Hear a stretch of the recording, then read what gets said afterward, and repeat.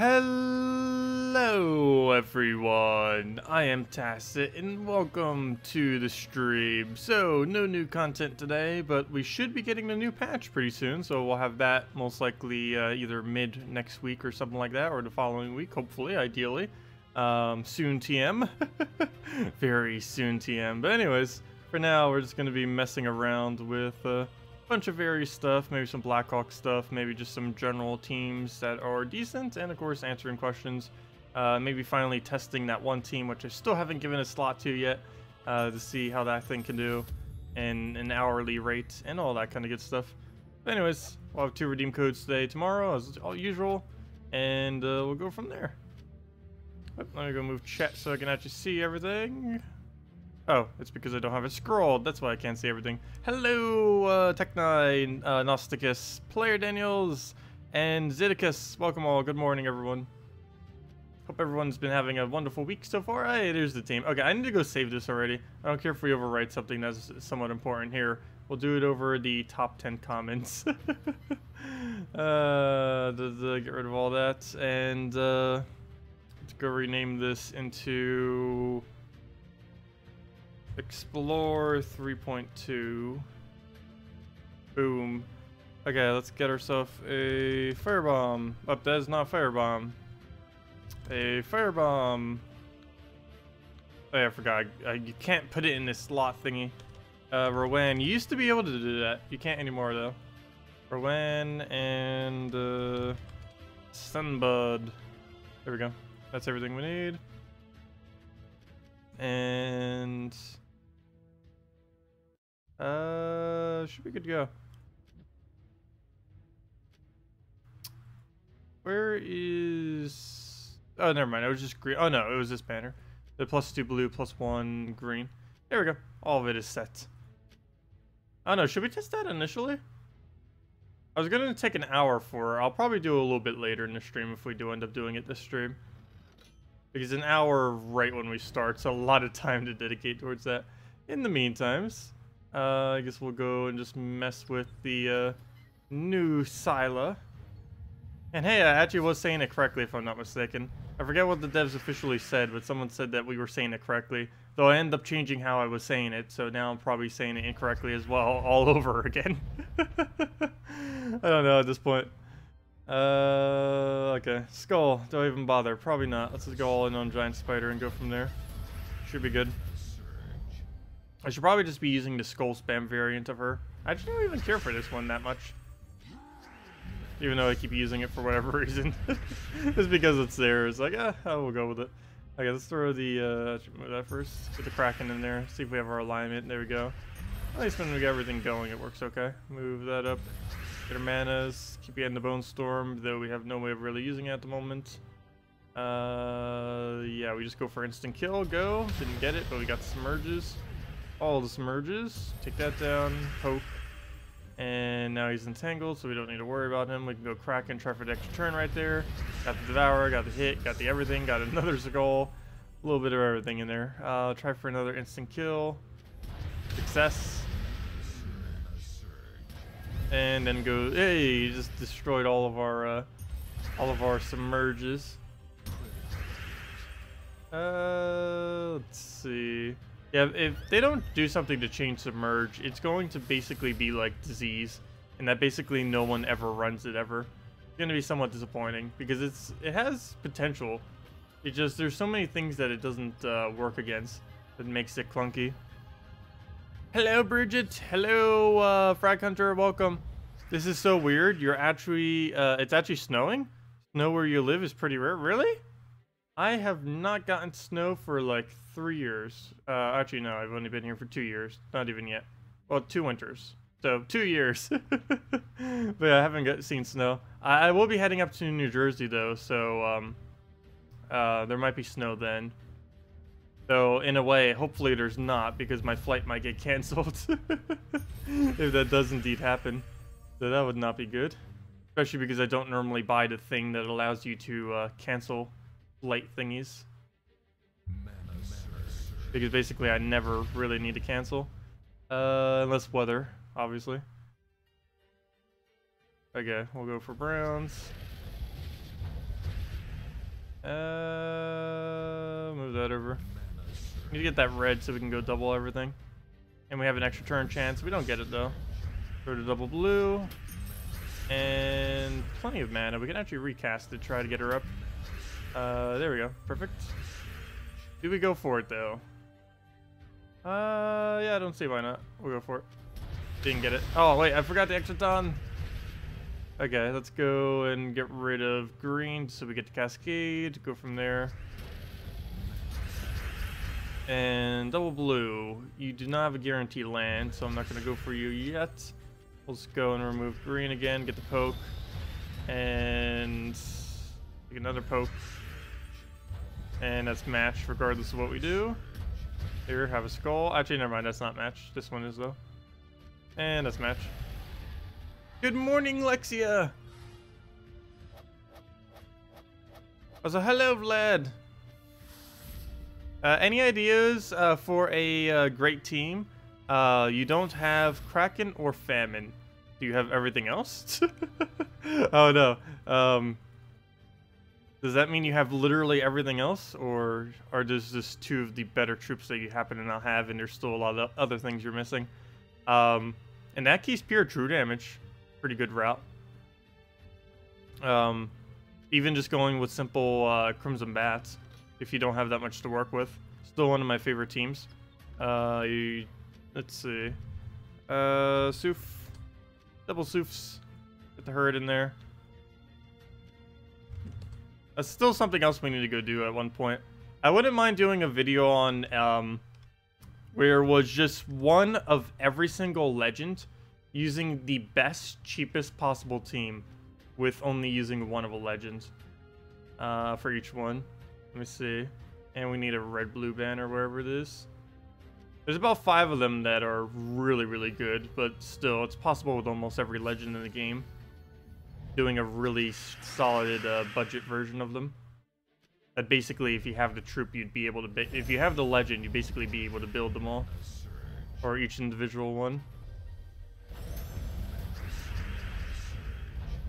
But yeah, this is basically just keep casting soothsayers until we get our magic up a bit. Go for either the 2-shot or 3-shot, and then pretty much just auto-win at that point. 25 damage. Did we go enough to be able to hit him? I would need to cast 2 more times. I don't think it's worth it. So we're just going to go for the triple. Ooh, there's not that much yellow on the board. I'm still going for it, though. There we go. Nice. Full mana. All we need. And throw that down. And what's giving him 1 life every single time? Wait. What is giving him life? Oh, regeneration. Duh. That would explain what's giving him life.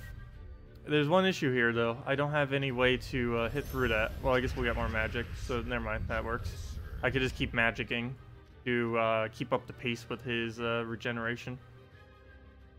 Okay, I don't have a way to take that down. Also, thank you for the subscribe, Christian. Much appreciated. Also, hello, Carlo. Welcome. Good morning. Good Friday, everyone. Oh, is that... Yeah.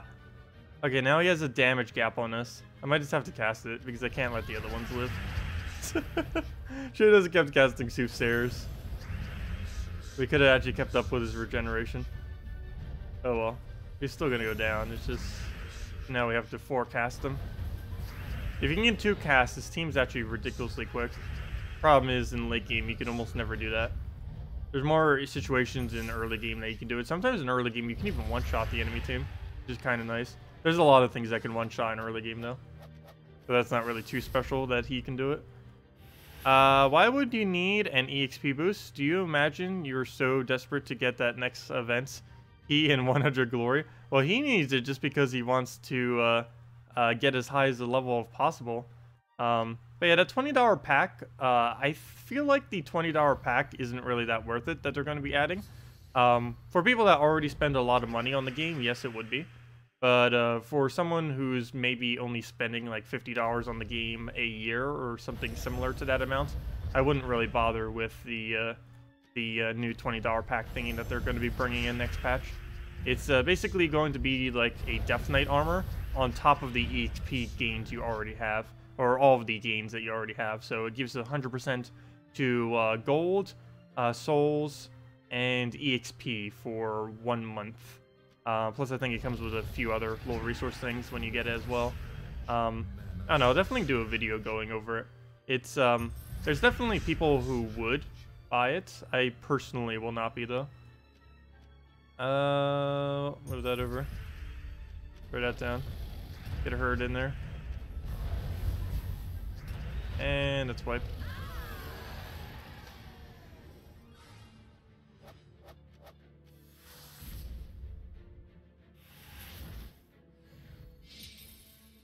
Yeah, we'll go for the rival. I don't see why not.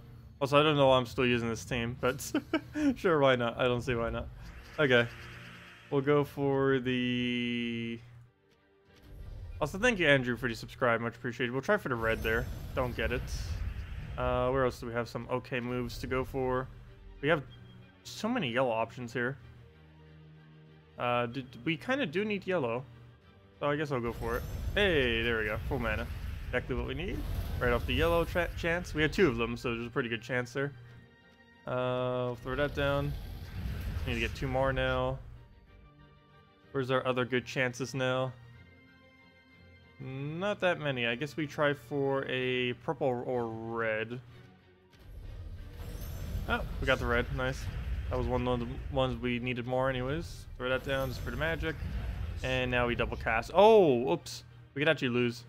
I forgot. You can't use this against Kraken. Okay, we're fine. Well, for now, we're fine. We'll see what happens in a few more turns. If he gets another Devour, that's a match for us. There we go, nice. And that's match. There we go. Yeah, if we lose that Crimson Bat, the entire team just instant loses. There's a way around that, though.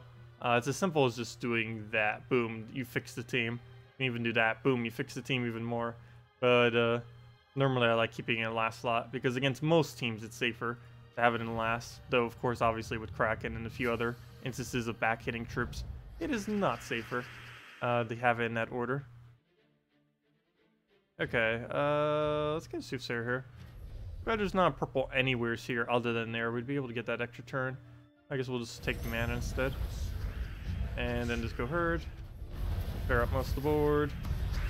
You'll probably get a Corvash in there. Yep, there goes most of our mana. Do we have enough for double shot yet? No, we do not.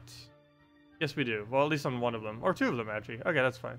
We'll throw that. Get another one down. That'll kill the middle 2 troops, and then we can just work from there. Again, there's no purple right here. All the places we need a purple to be, we never get it this match. Move that one over. And I guess we'll just take that. Didn't get any Cascade from it. Let me take the... Did we take the yellow? Actually, no, I'm not going to. Because we could just try for the extra turn off the top, which we don't get. But we'll go with the green down. I can use this crimson. We'll throw it. And one more will wipe. Too bad the last things that survive are all of his damages, but unless he gets a Corvash down, it's not going to matter, and he doesn't, and dead. Is there a way to mix Visk? Probably not. And it is like, is there a way to use Visk? No. No, Visk is surprisingly useless, even though he's, on paper it seems like he'd be good, but there's never really any instance you would bother using him. A lot of yellows also have immune to burning, which kind of contradicts his whole concept of kind of countering yellow in a way. But yeah, Spirit Fox plus Visk. Well, I guess if you were to bother using him at all for a yellow counter, I guess that would kind of work. Let me see. What would you build out of that if we had to go with that base? Visk. Trying to think of colors that fit with the rest of that. Spirit Fox. We need brown and we need yellow. The first 2 that always come to mind here is Gorgolfa and Cockatrice, but I don't know. Could we actually get away with Gorgolfing this? I guess so. Gorgolfa first slot. That'd be a lot of tankiness though. And then we just need one other utility, probably another mana drain, just to use what we already have. Maybe a famine or something. Corvash. Well, what's the purpose of, are you trying to do with this team? Like with the Visk plus a Spirit Fox? Is this like the Fanned Guild War? Oh, yeah, duh, you even said that. You ended with Scion, Ragnagord, Visk, and Spirit Fox. Yeah, in that case, we actually don't want the Gorgolfa there, if it's for defense. So, yes, that is correct. Let's see. You went with Scion, Ragnagord. That seems okay. You got your mana generator, you got your Scion, got the Scion Famine combo. And then you can use basically anything behind, and you chose Visk, Spirit Fox. Yeah, I don't see anything wrong with that. Going the, let's see, what was the other one we needed there? And that would have been a Scion. Yeah, I don't think you could do much to really improve that. It doesn't use yellow, but it doesn't really matter since you're using Spirit Fox. Banner would end up being just a standard brown-red. And yeah, looks like it would be okay. Doesn't have anything too high impact, but you have the double disable. The biggest issue with him is he actually does not do that much extra damage. It's 21 to all yellows, which I guess in itself is okay, but he doesn't get too much extra. It's just a burn to all of them, which quite a few of them have immune to, and one extra poke. So basically one of them gets hit twice instead of once. That's not too much. Really wish they would do something to incentivize using him a bit more. Yeah, Spirit Fox is definitely really solid.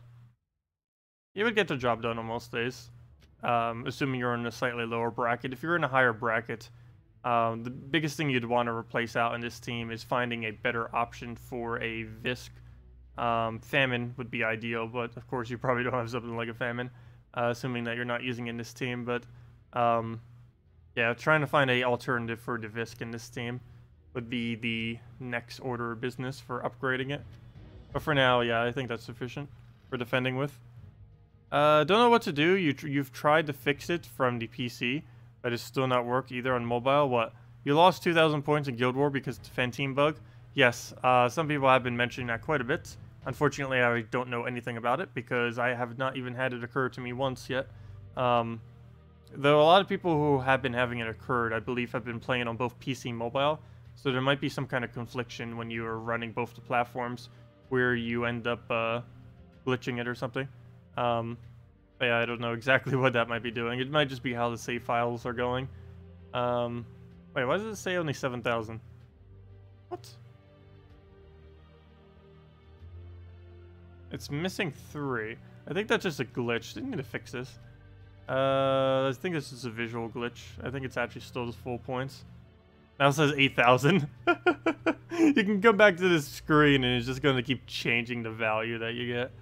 There we go. Now it's showing the correct one. But yeah, it's really buggy. Hopefully that's fixed next patch. I would assume so. We can hope. Yeah, I don't see why they wouldn't have fixed it.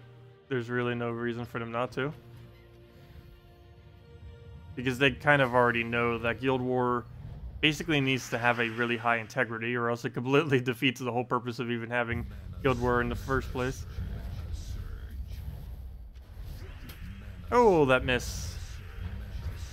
All I'm doing is feeding him blue. Alright, let's move the... speaking of blue, we'll move the blue over. Kill those Pokos. We'll try getting our Cascade here. What do I even get rid of? What don't we use? Yellow? Yellow.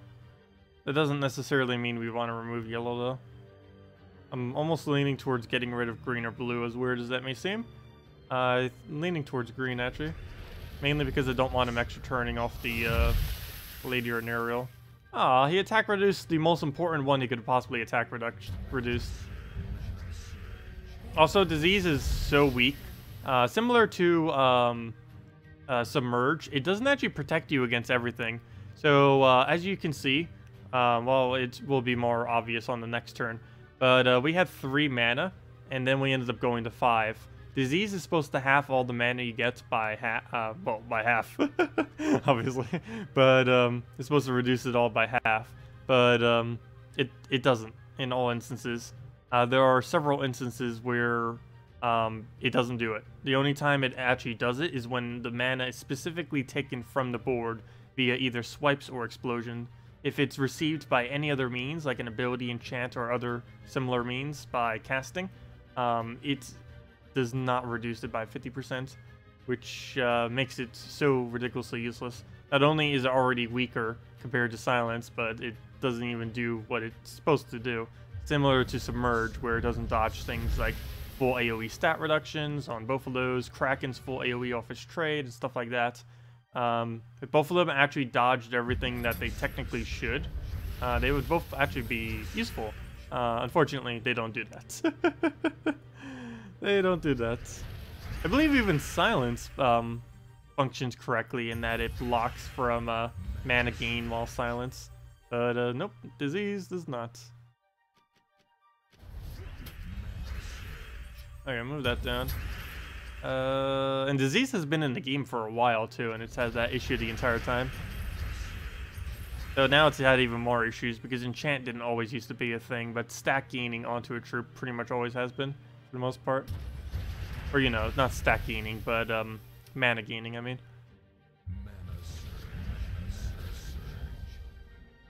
I'll take the skull. Yeah, there's a really easy way to tell if a troop is useless. Check if it has disease.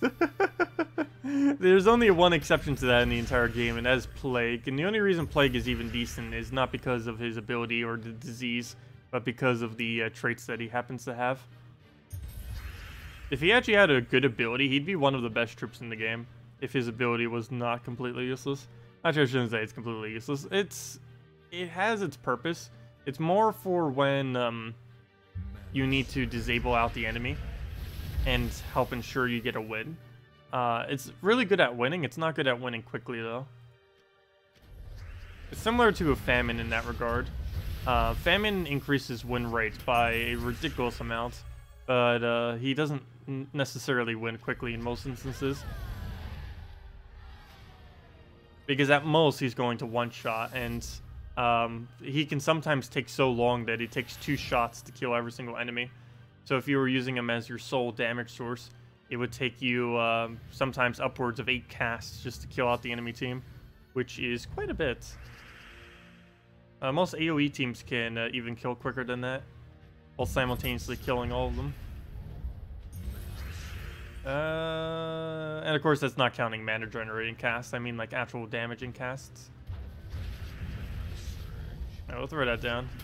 We didn't get it. Oh, wait, well, yes, we did. We got it off the cascade. Very nice. Problem, though, we don't have a follow-up to that. But luckily, there's a billion extra turns on the board right now. We'll keep moving that. Wow. Wow. It just does not want to stop us getting extra turns. Perfectly fine with that. Go on, I guess, yellow here. Nice. Can we keep it on our turn this entire time? Come on, luck. Yep, we just don't want to lose our turn. What should I try cascading now? We could actually win it right now if we get lucky enough. Should I skull into try to something?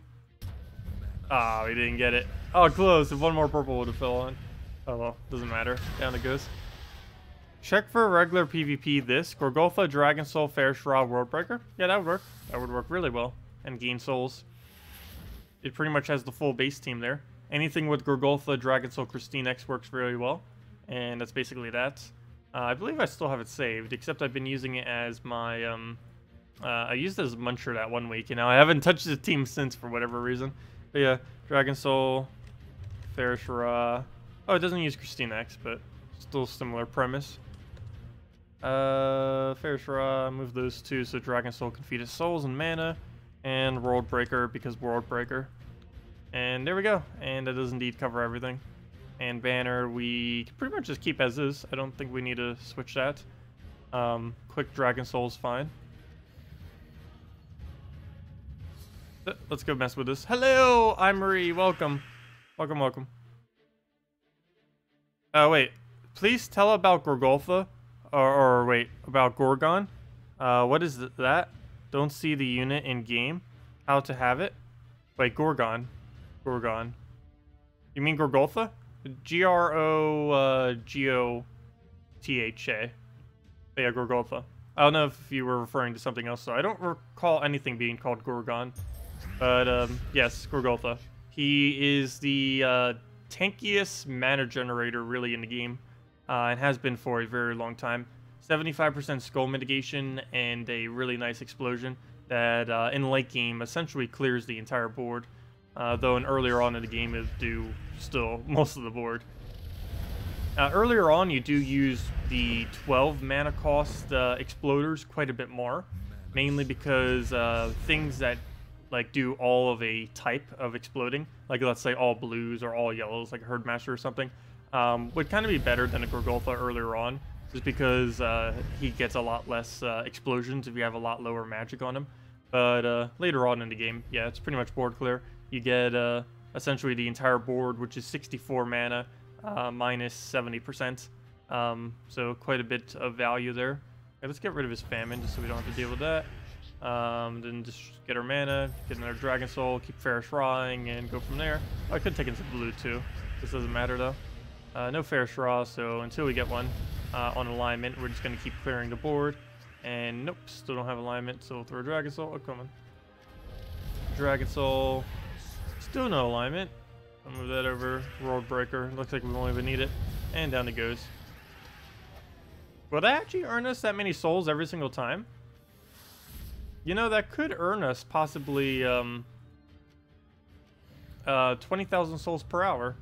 No, it wouldn't be that much. 15,000 souls per hour. Interesting. I've used Ferris Raw in this team before, but I've never used it with a World Breaker for whatever reason. Because I always go with the Christine X. I think the last team I tried with this was like Gorgolfa, Dragon Soul, Christine X, and him in there. Or actually, I think the Christine X was in the last. But yeah, I never actually used it in the with a World Breaker since he came out. Kind of interesting.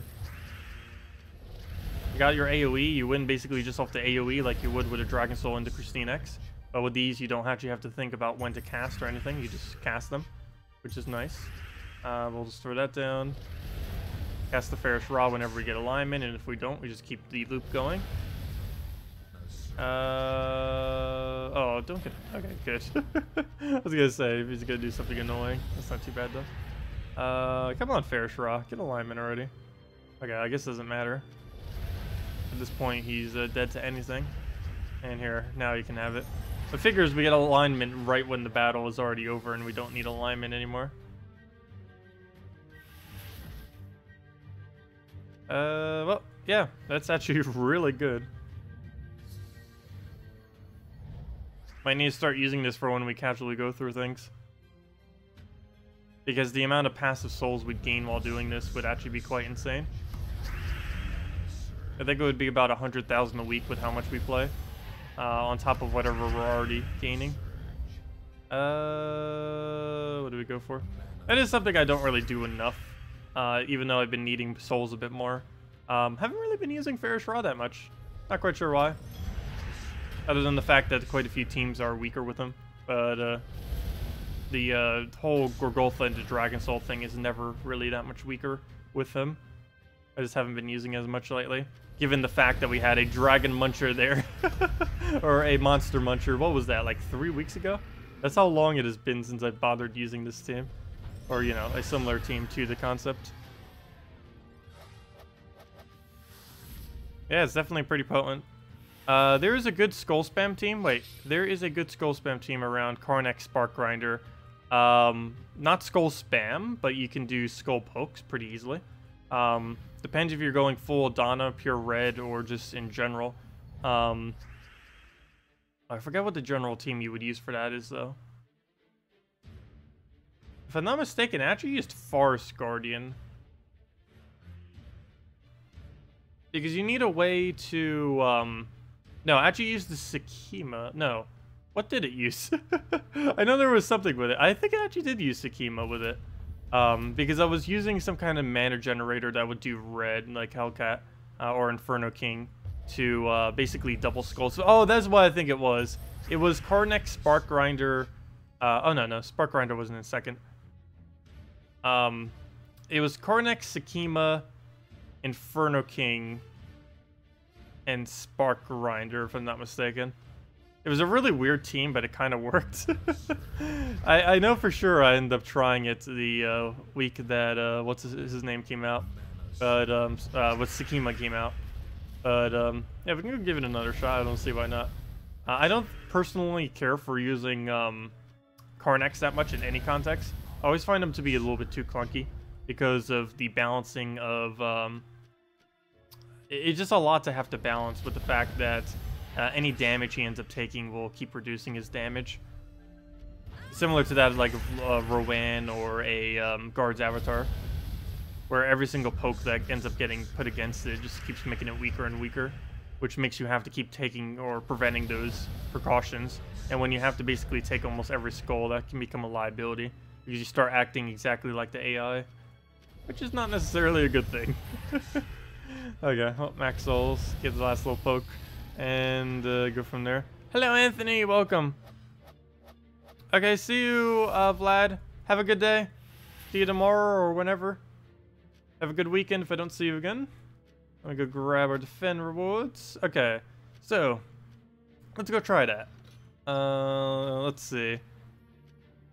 This could fail. Karnex. I'm pretty sure I used Hellcat instead of Inferno King, but I'm gonna try Inferno King because why not? It's more skull spam. Inferno King, Sakima, and wait, is this only 3 color? This couldn't have been what we used then. There had to have been a green-blue in this team of some kind. For now, though, I am going to try it, because why not? Let's see. Okay, so that covers 3! Whoa, we're going with too many colors here. Look at all that coloration. And I can't even find a minus banner. Let me see. What's the minus blue banner again? Oh no, that was +2 yellow, +1 green. What was the minus green banner? That was +2 blue, +1 yellow. What's the minus brown banner? That's +2 red, +1 yellow. There we go, that's the one. There it is. Boom. Okay, so let's get a quick Spark Grinder into a Inferno King plus Sakima and go from there. Yeah, something from this team is off. I know that for sure. At least one troop is off from what it should be. I just forget which one it was. It's one of these two, though. Let's see. I can move that over. Get Spark Grinder down. I mean, to get a Karnex down. And I guess we just need to get Inferno King up because I need to get some mana generated. Go poke us here. He might actually give us a board, though, by doing so. Well, he doesn't give us much, but we can go move one. Whatever I do here, I need to make sure I keep it in alignment, though. So, like, right here, I don't actually want to take that. I want to take like a yellow up here. There we go, perfect. And alignment has been retained. And now we can start going crazy like this team is supposed to do. So Sakima, she should have way more than enough damage to take that out. Skull spam the next one. And I need to try getting a Spark Grinder down. Getting a lot of skull pokes, but we don't have the buff yet. Now we can go for the buff, now that there's none. So we go for that, get our buff in, get the explosion. And now we have Inferno King again. Oh, maybe this was the team. I don't know. I know it was very similar to this if this wasn't it. Pretty sure this wasn't, though. I highly doubt I would have created a team that only uses 3 colors. I sometimes go with less color, but I normally don't do less than 4 for the most part. We don't have alignment. We'll smooth it right, I guess. That gives us another Karnex on the, like, 4 skulls on the board. There's so little skulls. There we go, finally. And that is almost match. I need a poke on him, like right now. Move that over, move that down. Get the Inferno King. Oh wait, oops, 1 mana short. No! Well, I guess I have to take the poke. That's an extra turn though, so I guess it doesn't matter. And as match, is that enough damage? I think that's enough damage. And there we go. Sweet. Yeah, it kind of works. Skull spam Spark Grinder. Don't really feel like Spark Grinder even made that big of an impact, though, on that team. In that particular instance. Could almost gotten better value just using a proper mana generator or something that covers more color on the team. Yeah, I guess it's okay. Never been a huge fan of Spark Grinder Karnex. Actually, one of the favorite thing I used to use it for, which quite a few people used to use it for, Dwarven Gate plus Spark Grinder. It's not possible anymore, though, unfortunately.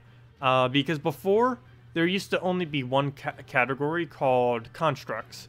And everything that is currently a mech or a construct used to just be a construct.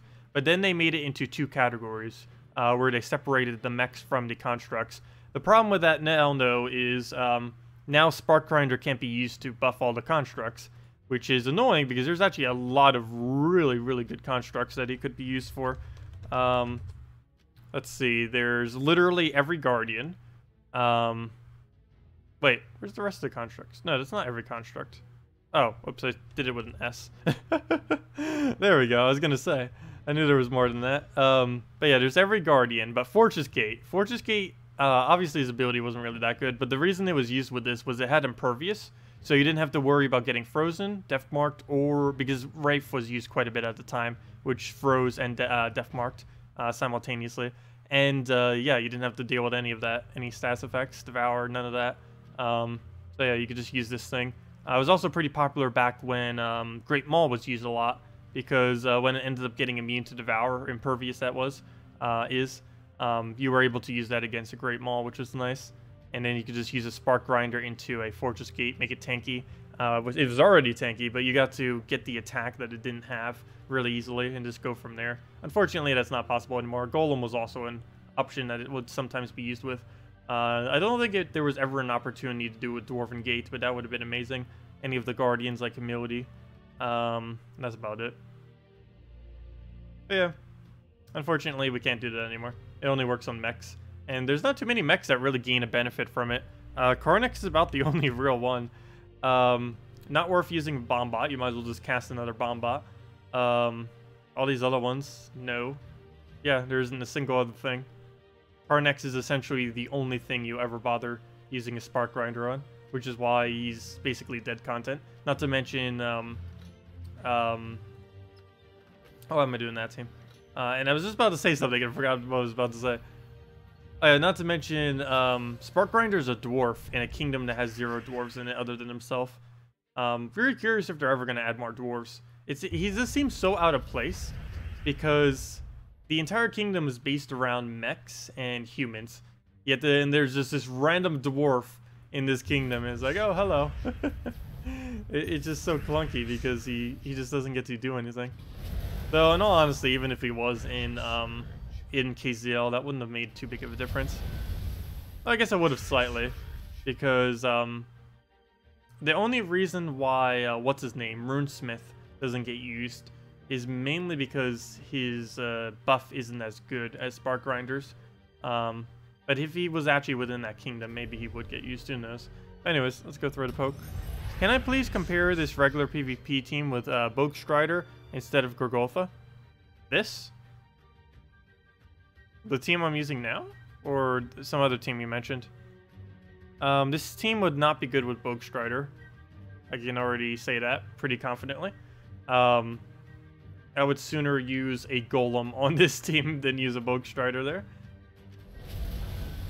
I don't really feel like we'd get much value out of it. We'll get a Dragon Soul in there.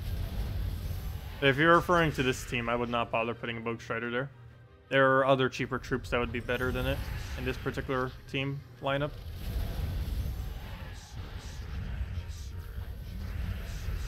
Okay, and we can just Ferris Raw him. And down it goes. Yeah, I would not bother with a Bogue Strider there. Golem would be okay. Problem with Bogue Strider is it's too random what he ends up doing. Let me see. Bogue. 8 mana, destroy 20 gems, which is 20 mana. And entangle a random enemy, which is almost going to do nothing. Gets entangle and has some skull mitigation. I guess it wouldn't be the worst thing ever. I guess we'll give it a shot. Why not? I don't see why not. Hey, we're up against a Scion. That's actually pretty funny that we end up switching out now, because in this instance, it actually won't be that bad using a Bogue Strider, because we get to entangle it, which is very useful. So, coincidentally, this is that was actually a good switch for now. Mainly because it counters out a Scion.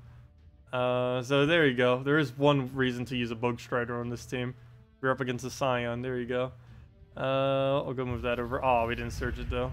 1 mana off. It's always annoying. I'm gonna have to get a Dragon Soul and overshot it or something now. We'll go throw that down. Get our mana, get a fair straw, get a bit of everything, clear the board. He's still entangled. Hopefully he stays that way. Good. Fair straw. We don't have alignment on you, so we throw another one. Now we go for the kill if we can. Luckily it's still entangled. Do I go for it? No. I think I just throw another explosion. Now we need to go kill the famine. Clear the board. So yeah, Boke Strider works if up against Scion apparently. And kill with whatever. Here, have a fair straw. Actually, skull would have been quicker. Oh, you already hit max souls anyways. Yeah, we'll go try it against a not Scion. Go do it against this. It would be good against Mana Drain. I don't feel like it would be better than other options though, when not against Mana Drain. Let's see. I guess Skull Spam maybe too. But Gorgotha is really good against Skull Spam, since you don't even need to worry about the entangle. You just go and do your normal board without the concern. So we'll let him poke. But yeah, if you need a cheaper alternative, that's definitely works. So would Golem in the other few instances of really tanky, low rarity troops. What do we go for here? Guess we'll just take that down. You do not remember that guild? How long ago was it anyways? Wait, do you remember when you had a guild called Hairy Sasquatches? I recall the name. That's a long while ago, wasn't it? That was like really, really long ago.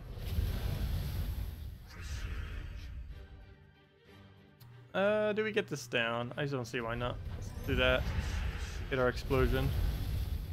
And then we just need the 1 damage. Here we go. Actually, I could have done that with literally anything. Even Boke Strider could have done it at that point, since he actually does destroy the gems.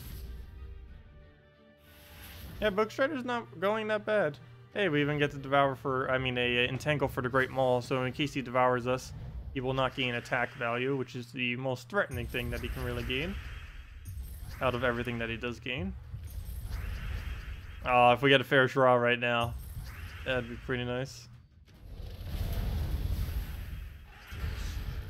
Well, we're getting pretty lucky this battle. I haven't even cast the Boke Strider yet, so this isn't even the Boke Strider doing anything at this point. It's just pure luck at this point. Actually, I think we can go this entire battle without even touching the Boke Strider. Throw that down.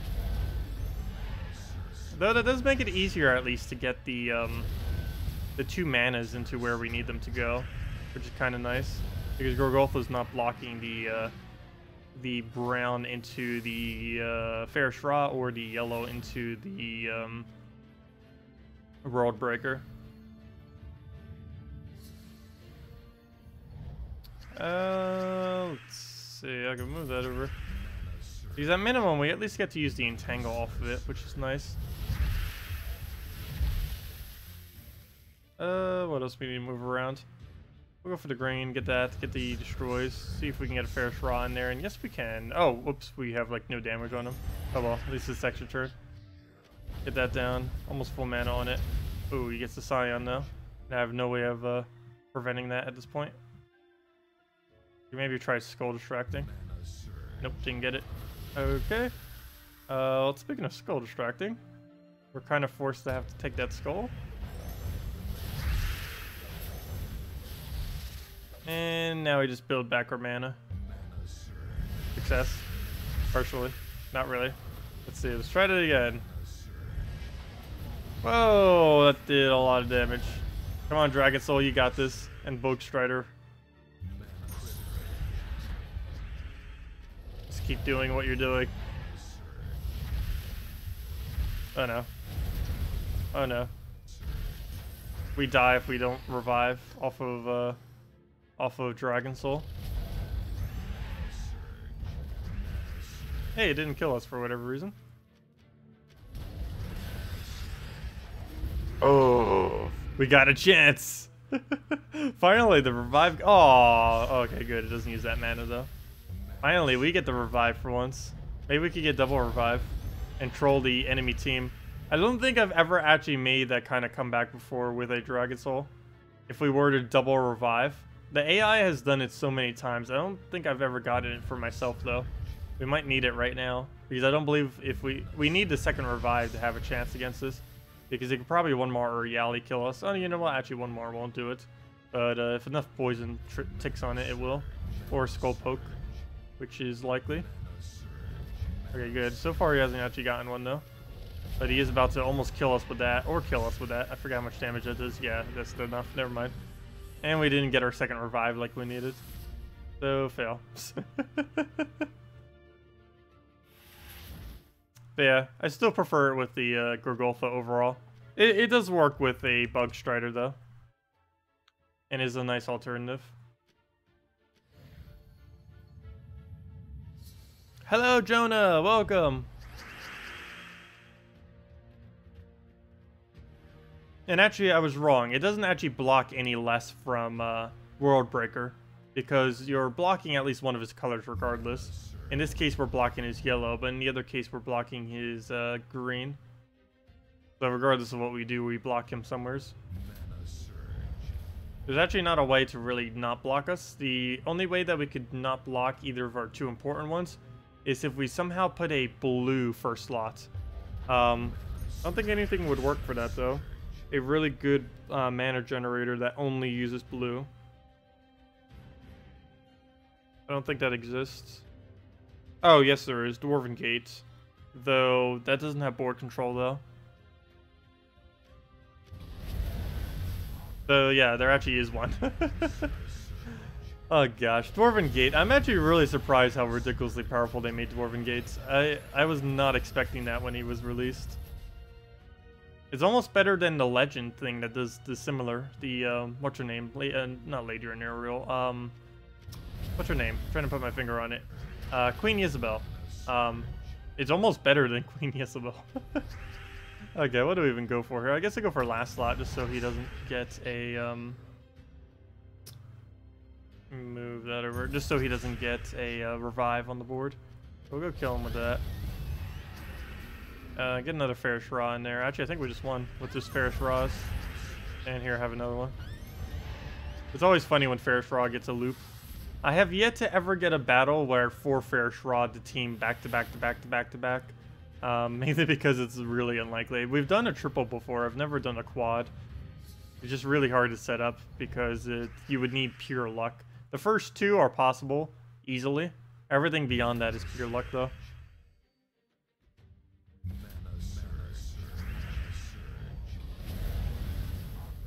Move that over. Take a Dragon Soul. And there's none. How about now? Still none. Luckily, we need more souls anyways. There we go. We got one, but it was an extra turn, so he just steals it. At this point, we're not even going to need to cast them. Never mind. Oh, figures. Now we have alignment. A little late. Do I even bother? Here, okay, I guess, why not? Move that, take a Dragon Soul, and kill it with another Dragon Soul. Hey, there we go.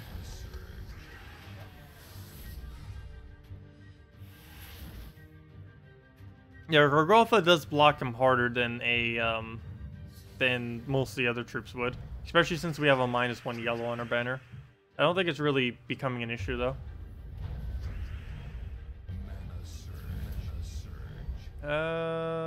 Because we get way more mana off a Gorgolfa that actually gets to cast than a Bug Strider that casts. Gorgolfa is roughly, I'd say, 40 plus mana easily, whereas a Bug Strider is 20 every single time. At least he's more consistent, but it's nowhere near. I believe Gorgolfa also gets a higher mana to cost ratio, if I'm not mistaken, as far as the amount of mana it accumulates for its mana cost. Of course, it has a higher mana cost, but its actual ratio is better. That reminds me, what would be the best ratio in the game then for mana generation? I know a Dwarven Gate is a 2. Oh, no, it's not. It's a 1.5 as far as positivity. Gorgolfa is above a 2, as in He's more like a 3. He does triple the amount of his mana cost and mana generation. That's probably the highest. That, or it would have to be maybe Captain Skullbeard or something, or one of the, like a Mountain Crusher, which does all brown explodes for 11 mana or something like that. That one might be the highest, because that, in theory, with the correct board, could get around almost 4 times its mana cost and mana, which would be quite a bit better than Gorgolfa. Though the amount of setup you would need to get a good board with that is a lot. Like if this was our board right now with a Mountain Crusher, we get 1, 2, 3, 4, 5 explosions all in one single corner of the board. So that wouldn't really work out that well. That's one nice thing about Gorgolfa. It's not like a card. It's one of the reasons I actually hate Karnex. You are so dependent on having that one color on the board that it just gets really annoying. The only troop I really like to do that has a explode of a specific color, it's 2 of them. One is Ragnagord, but that's because you get a choice of whatever color. So it's technically not of a single color, because you get to choose which one. But there's Ragnagord, but out of all of them that only do 1, it's Herdmaster. I don't know why it feels so different with Herdmaster, because obviously skulls and stuff like that, they're still the same premise. He does all of the single type. I think the main thing that makes it better is just the Cleanse All. It's just really convenient. Not to mention he has a +1 yellow link.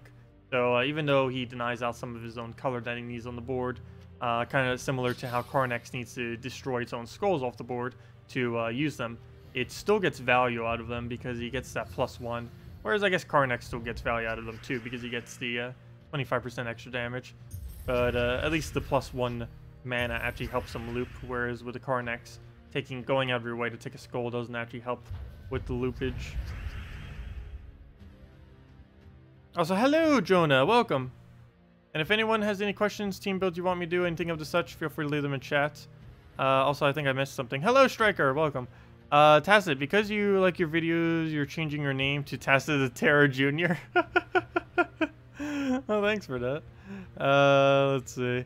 Can you do this following team yellow weapon with Bard class, double Scorpius, and Famine?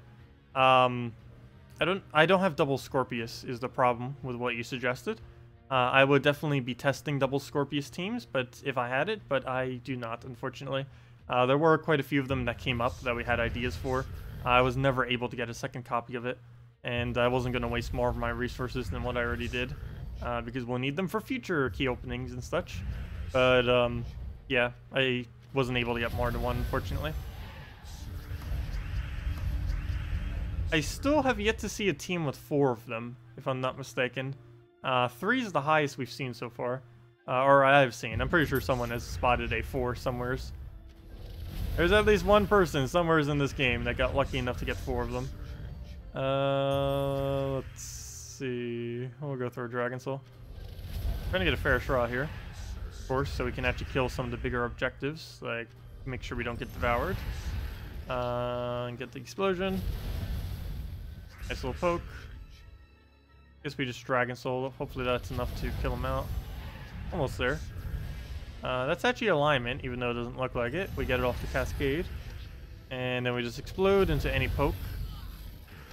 Never mind. Any double poke. And that's match, regardless of what he does. And here, have a fair straw. Down he goes. How many trophies you get this week? Did you even try for the competition? I thought the competition was only on Monday. Also, why is my suggested team my defend? I think it was because we were testing something earlier. No wonder why my defend lose rate was so high. Go with defend blue, I believe was the team I'm using as my normal defend. Where's my defend blue? But yeah, I tried on the very first day a little bit, but I didn't really get that far.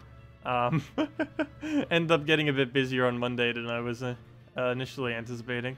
So I didn't really get that far. But yeah, my rating is still horrifically bad. I think we're like, what? Ranked 26,000. Let's see, who's the highest in our guild this week? I thought it was only a Monday competition. I didn't think anyone in our guild was actually doing it for the entire week. And apparently by this, no one was. Let's see. Unless I passed one all the way at the top. Let's see. Anyone? There it is. Anna. Oh yeah, Anna was the one who was in first on Monday. So yep, Anna. There we go. 66th position. It's amazing, even with that much playing, how much more there is within the game. I haven't tried for the leaderboard in such a ridiculously long time. I'm almost scared of it now just because of how higher it is. It's the highest it's ever been to try to get on that leaderboard, which is almost irrelevant these days. Because the rewards for it are pretty trivial relative to the amount of time it takes to actually get to that point. Which is kind of a good thing because it doesn't over-incentivize playing like crazy. Okay, we'll throw the Dragon Soul. Throw the Ferris Ra. Get that kill, just get the damage out the way. And let's match. Oops, I didn't even need to go for the follow-up. I already died off a like double or triple skull there at the end. Very nice. You can't imagine a 4 Scorpius team would be that good. Oh no, 4 Scorpius would be horrifically bad. But trying it for fun would definitely be fun. There's a lot of really weird teams that could run 4 times. That'd be fun if you could actually ever have it, but wouldn't be realistic. Another good example of that, which is something I want to do once Ferris Ra finally becomes craftable, is 4 times Ferris Ra. I only have 3 at the moment. 3 is all you ever need, though. You never need 4. But I kind of want 4 just to do 4 Ferris Ra. For no reason other than having a thumbnail that shows us getting over 1,000 souls in one battle, which is possible with only 3, but you would need a certain amount of VIP, which is beyond our budget. So we're going with the next best thing, which is 4 Ferris Ra for one battle. That would be way slower. It'd probably be half as slow as, or half the speed of what a triple Ferris Ra would be, as weird as that may seem. But that's mainly because you can't use any mana generator with it. So unless you get ultra lucky on the board, you're not going anywhere anytime soon with 4 Ferris Ras. That's a 24 mana cost. And even if you do get the alignment, you're still trying to fill up a 24 mana cost, which without proper mana generators is not going to work. Hey, we got a map. Pure Purple, War Sphinx, Hellcat, Sakima, and Plague. That's a lot of impervious. +2 yellow. All around fast Hellcat Sakima combo. Infinite Loop. Got 9,450 in Guild Wars. How to defend against mana drain? That should always be the question. There's always 2 questions when asking for a Guild War team. How to defend against mana drain and how to defend against Kraken. Though with the fact we have last slot impervious, I assume it was okay against Kraken and freeze. Though I guess it wouldn't be too bad against drain either. War Sphinx is really low mana. I will go give it a shot. Let's see. Hellcat. What else do we need in that team? Hellcat, Sakima, Plague, and that's the full team. Banner, double yellow, just to make sure we can 5 times it. Very nice. Where's the holy banner? I know what it's called. I forget where Whitehelm is, though. Where are you, Whitehelm? Alphabetical order. I forget where it is.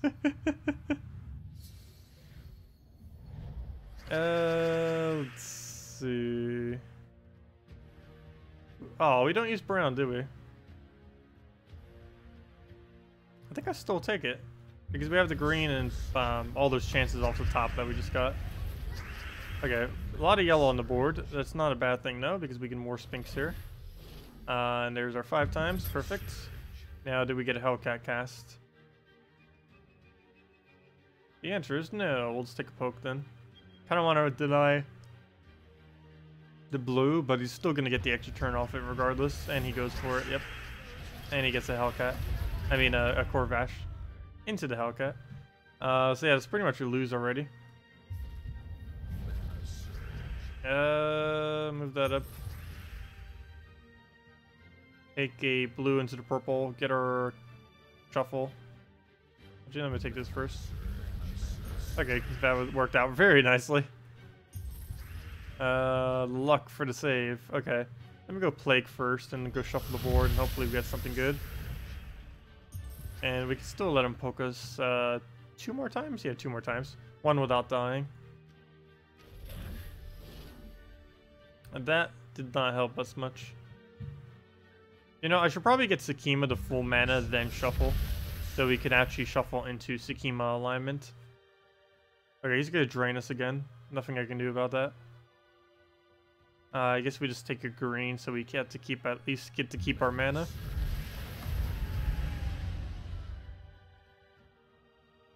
I need to find a way to take red. We'll move that over. Oh, well, he took red. Oh yeah, that's match. We lost. How are you using this that's working that well? Could just be that we got unlucky here. Let's see. Yeah, I haven't been able to cast Sakima a single time. She keeps getting mana drained too quickly.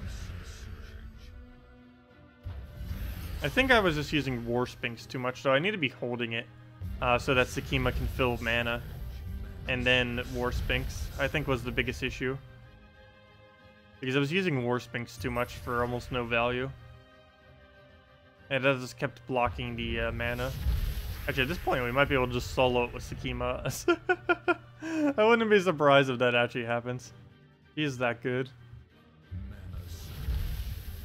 Doesn't help that I'm taking blue, but there's not that many moves on the board that's actually useful for us. Like, that's useless. Take purple.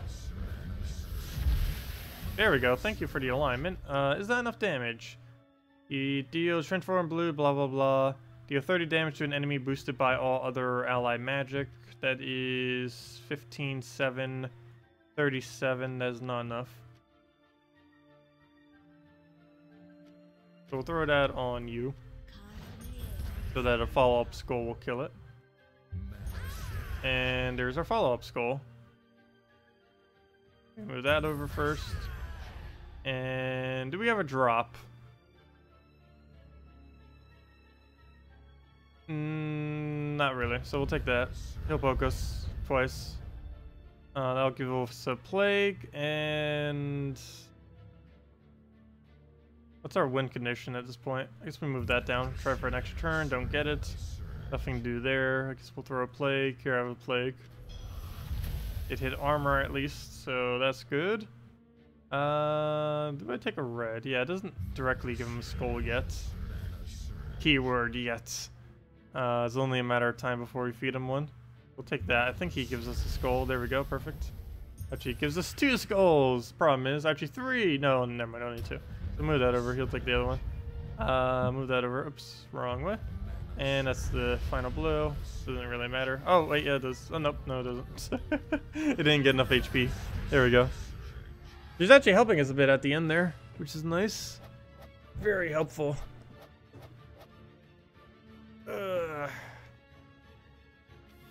What about Gorgoltha with red-brown mana? Within the context of what team? How you lose it? Well, I didn't lose it. Yeah, we can give it another shot.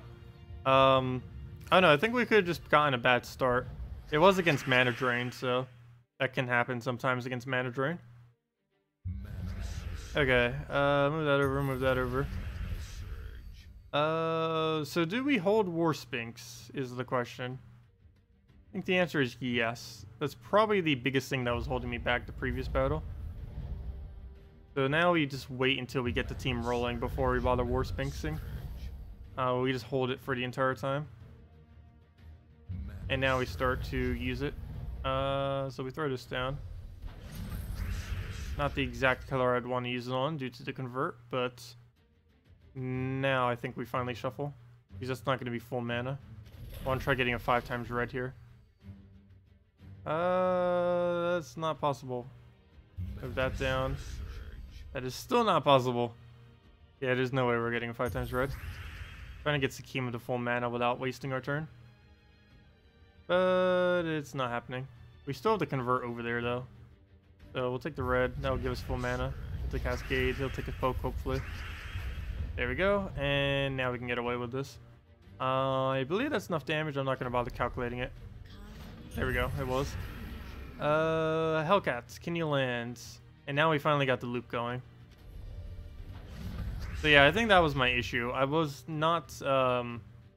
you have to hold the War Sphinx. And if you hold the War Sphinx, it'll be fine.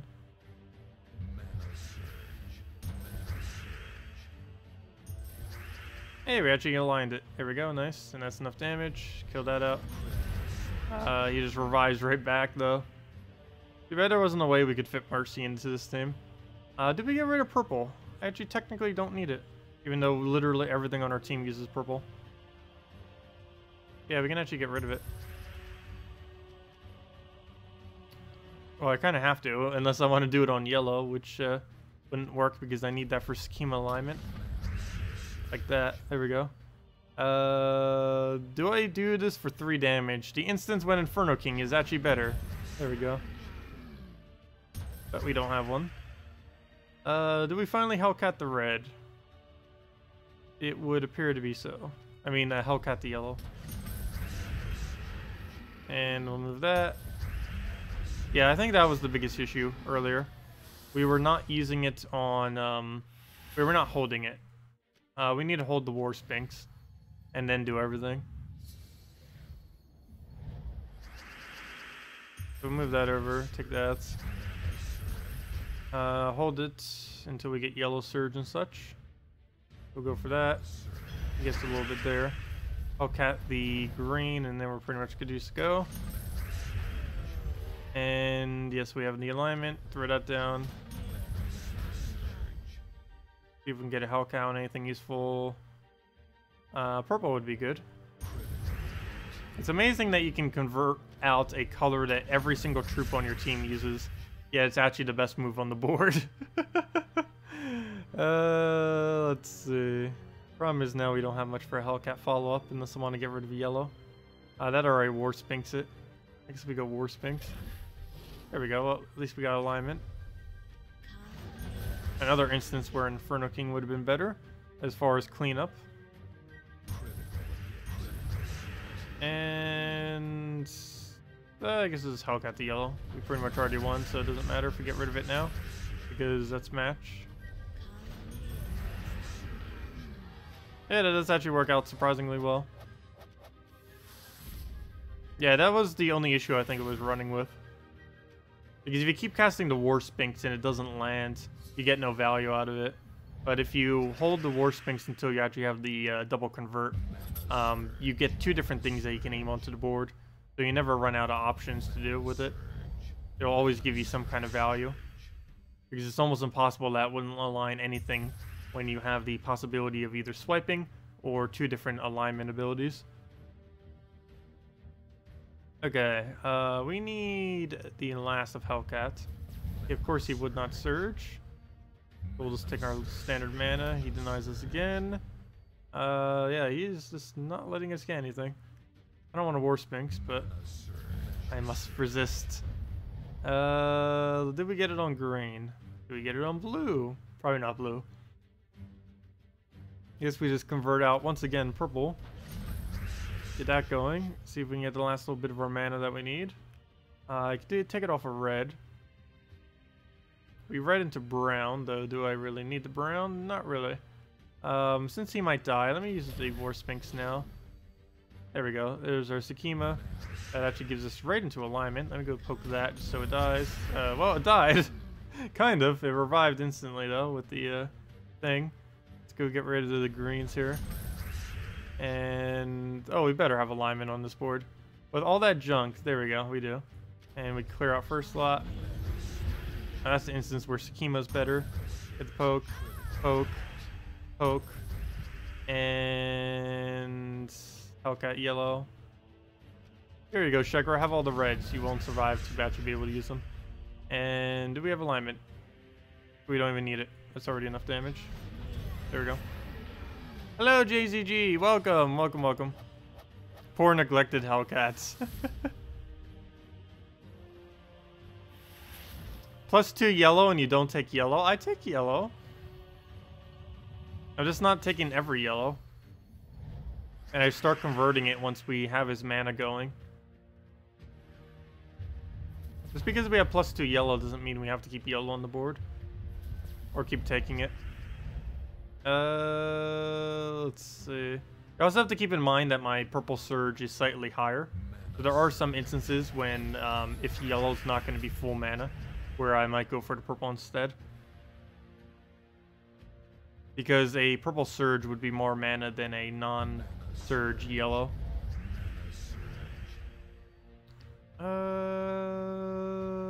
Let's see. Yeah, I guess we just skull poke him. He's actually going to shuffle the board for us. Fortunately, we got our first freeze with this team. Though it was on one of the most relevant colors, so that's fine. Actually, I don't think that freeze has any effect. Actually, it does have one effect. I can't take yellow extra turns, which is somewhat unfortunate because actually I can't do anything right now because of that. I guess I could go for a shuffle and hope we get lucky. That is not that. Well then, yeah, we don't have any alignment. Now we can't even get a single skull poke. And I still don't have Sakima. We don't even have Hellcat, do we? Well, we have it on blue, but that's the last color I'd want to convert right about now. I could throw Sakima and get the kill. The problem with that is he'd get like 3. Excuse me, he would get like 3 skulls out of that if we were to do that. So let me go, and I'm gonna regret doing that, but throw that down. Now we can take a skull poke to kill it. And then we just have to rebuild all the mana pools. Okay, so we need to go refine ourselves alignment, get him cleansed, get ourselves some board control. What's that? There we go, we got our cleanse. Can we make this work now? I'd have to war Sphinx and just hope we get lucky. That is, again, not that. I guess we could still try poking it, though. Oh, never mind. There we go. Yeah, we actually do have it. So we'll throw that down. Get our alignment, barely. Right at the last possible moment. Go move that down. Get everything moving. Take a poke. See if we can get a Hellcat somewhere. Move that one over. Did we shuffle that? Yeah, we shuffle it. Move that one down. We do not have alignment, but we can throw Hellcats. So we shall do such. And now just try getting our blues. Oh wait, I thought we had a shuffle. Fail. Alright, let's move that over. I might have to Sakima him without a bonus. Because, well, for one, we only have 4 HP. But he gets full mana next turn. So I need to do something about that. And I believe 1 poke is enough damage. Actually, more than enough. Because all the extra we've been gaining. And now we just poke into another poke. And he leaves it for us because there's so many skulls on the board. And down it goes. Is Teknai a Paragon? No, he's not Paragon at the moment, I don't believe. He's the highest level in the game, but he's not Paragon of the guild. Which I don't know if he's ever been a Paragon of our guild. Maybe once. There's a lot of people in this guild that has been Paragon once. We were just, like, shifting it around for ages at one point. We're actually in last place right now in this bracket. Wow. That's a 40,000 gap, too, between 8th. Anyways, what was I looking for? Oh, yeah, Paragon thingy. Yeah, currently our Paragon is Termalinchik. I have no clue how to say that. Probably make it even worse. They were Vanguard at the moment. I think we're actually Soldier last week. Normally I'm Herald Plus for the most part. If I'm anything lower, it's because we lost one of the battles. Or lost multiple battles. If we lose only one, I think we could still occasionally make Herald. But yeah, if we perfect score, we are normally Champion or Paragon. Doesn't make too much of a difference other than we get defend slightly more, which gives us a bit more rewards. Very, very, very slightly. Oh, speaking about slight rewards, 7,500 gold, 1 event key, 83 souls. Also, speaking of site rewards, let me go give out the first redeem code. Still haven't done one yet, so we'll go do that and go give out the other one a bit later. Let me go do that. Need to go figure out where on earth they are. Actually, never mind. I already have it all open. Yay! I actually kept it open for once, so I don't need to go searching through a billion things to try to find it. Do we have any relevant ones for today? Oh no, what is it today? Let me see. Some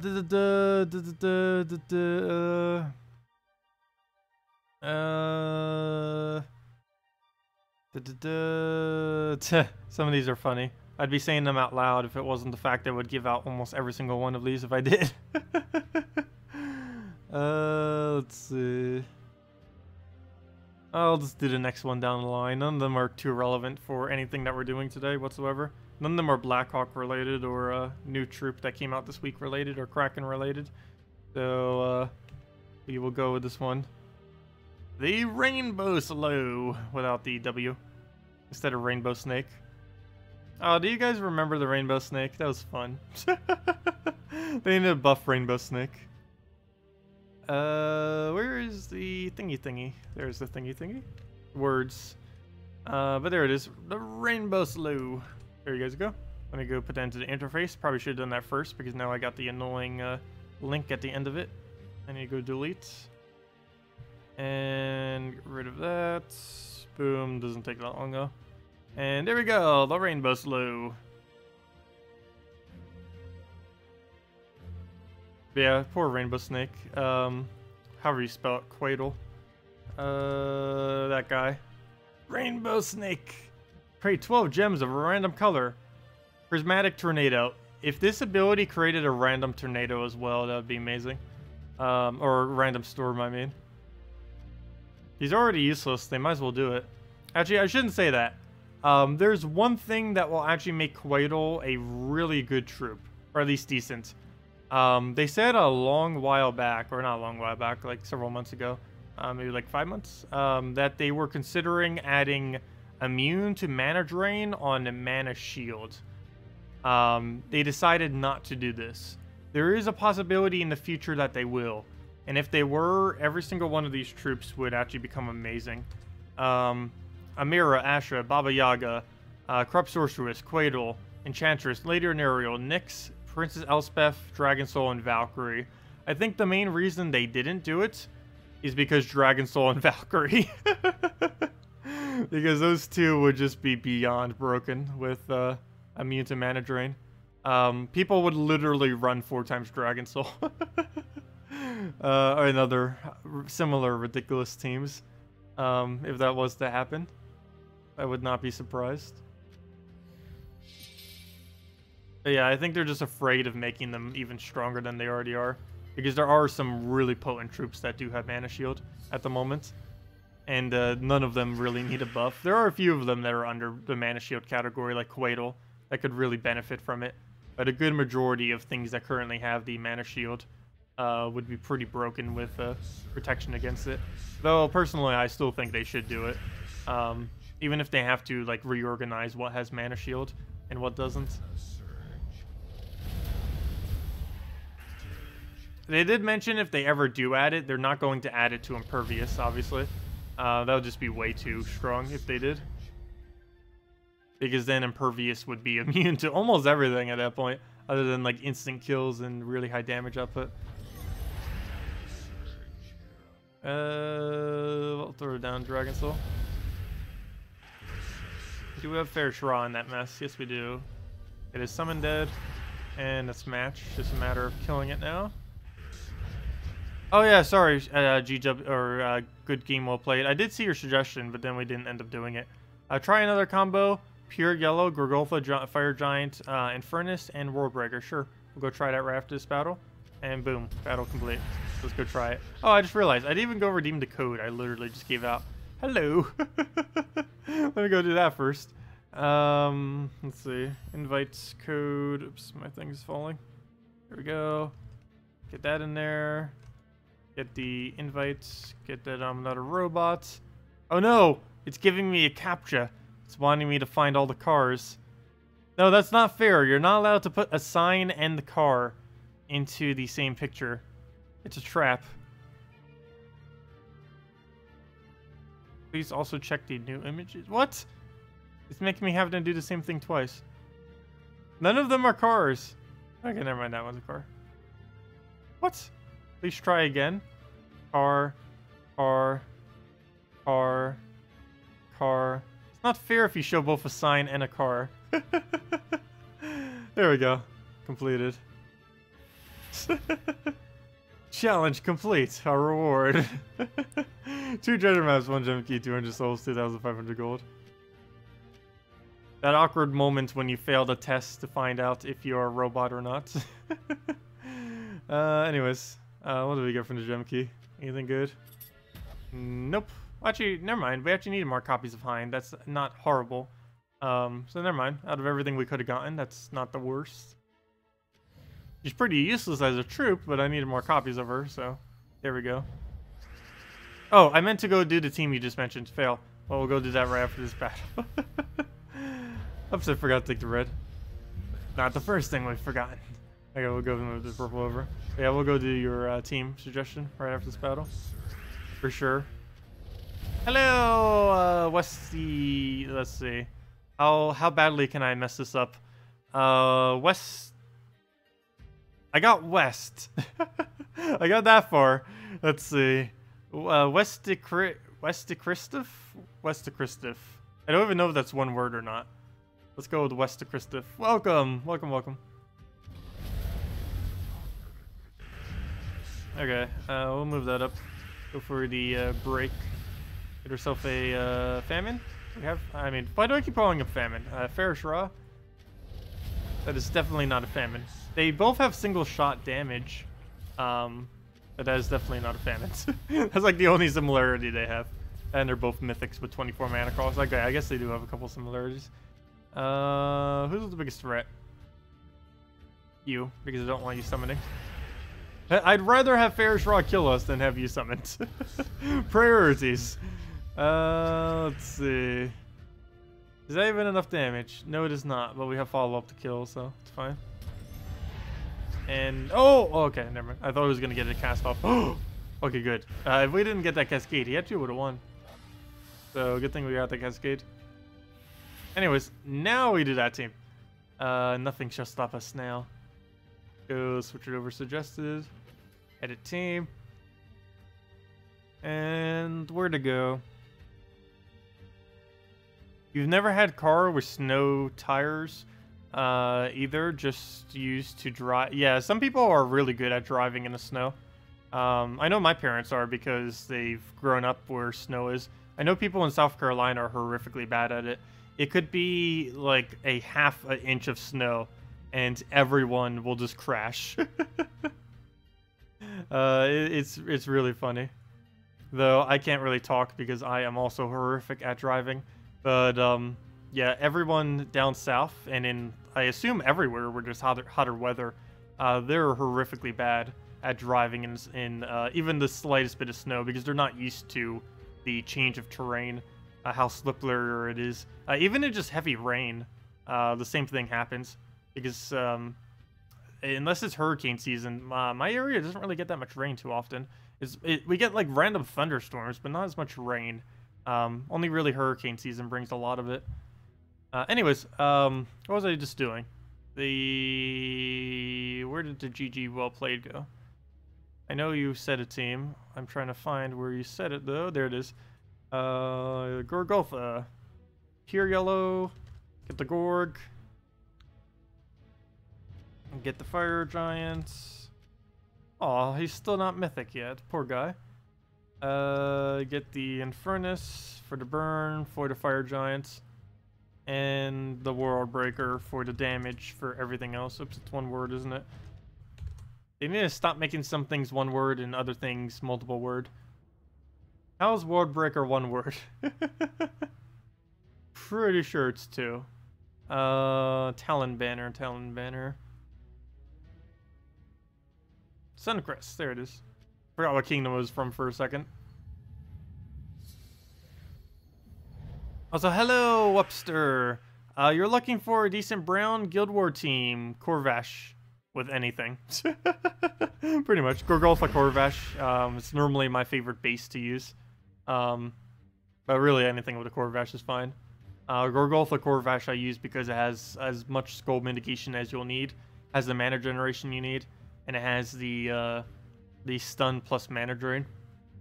So it covers most of the bases of what you need. Yeah, you don't need any mythics on the team. The team runs off of just those 2 troops. Everything else you put on is just either additional damage or more support.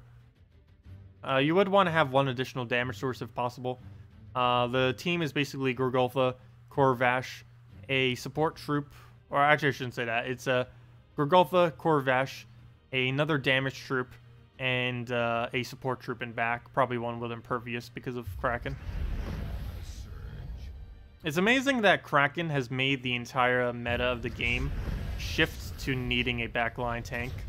Like, they've tried so many things to try to force people to make a backline tank. And it's like, okay, here's Kraken. But the problem with Kraken, it made it too good. It's basically mandatory to backline tank just because of 1 single troop in the game. So I guess if they were trying to specifically force that upon people, they have succeeded. But they were trying to do that for a while because it's a mechanic that exists in early game that kind of dies off in late game. But ever since Kraken has existed, that has changed. Because prior to Kraken, you would never see backline killing unless you would very occasionally see it on Assassin. But Assassin doesn't actually have a counter, so there wasn't really any way to work around that if someone does use it, other than just like disabling it and killing it quickly, and just making sure it doesn't take souls. I mean, it doesn't take skulls. Yeah, I didn't get as much sleep last night, which is why I keep yawning. Time flies by. Go move that one over. He has a Queen Mab. I don't think we can do a single thing to it. It only kills Gorgolfa. This isn't Guild Wars though, so it doesn't matter. If this was Guild Wars, we probably would have wanted to go for some kind of luck-based move, but it doesn't really matter here. Losing that makes no difference in not Guild Wars. Let's say you don't have Gorgolfa. Same thing. You just replace it with Cockatrice. And you definitely have Cockatrice. You would run it with... oh wait, not this. But you would run something similar to... well, it depends what you have, but it would be Cockatrice plus Corvash plus the other 2. Would essentially be your team. Let's see. I'll go run my version, I guess. That's what I was going to head to. If I could find where on earth it is. Oh, it's called Extra Slot. I need to just call it my brown team. Oh yeah, you would run it with, well, actually you probably don't have the other parts. But, you'd basically run Cockatrice Corvash instead. The other 2 would be whatever you happen to want to use there. I'm just going to be running this just to get rid of the drain spam.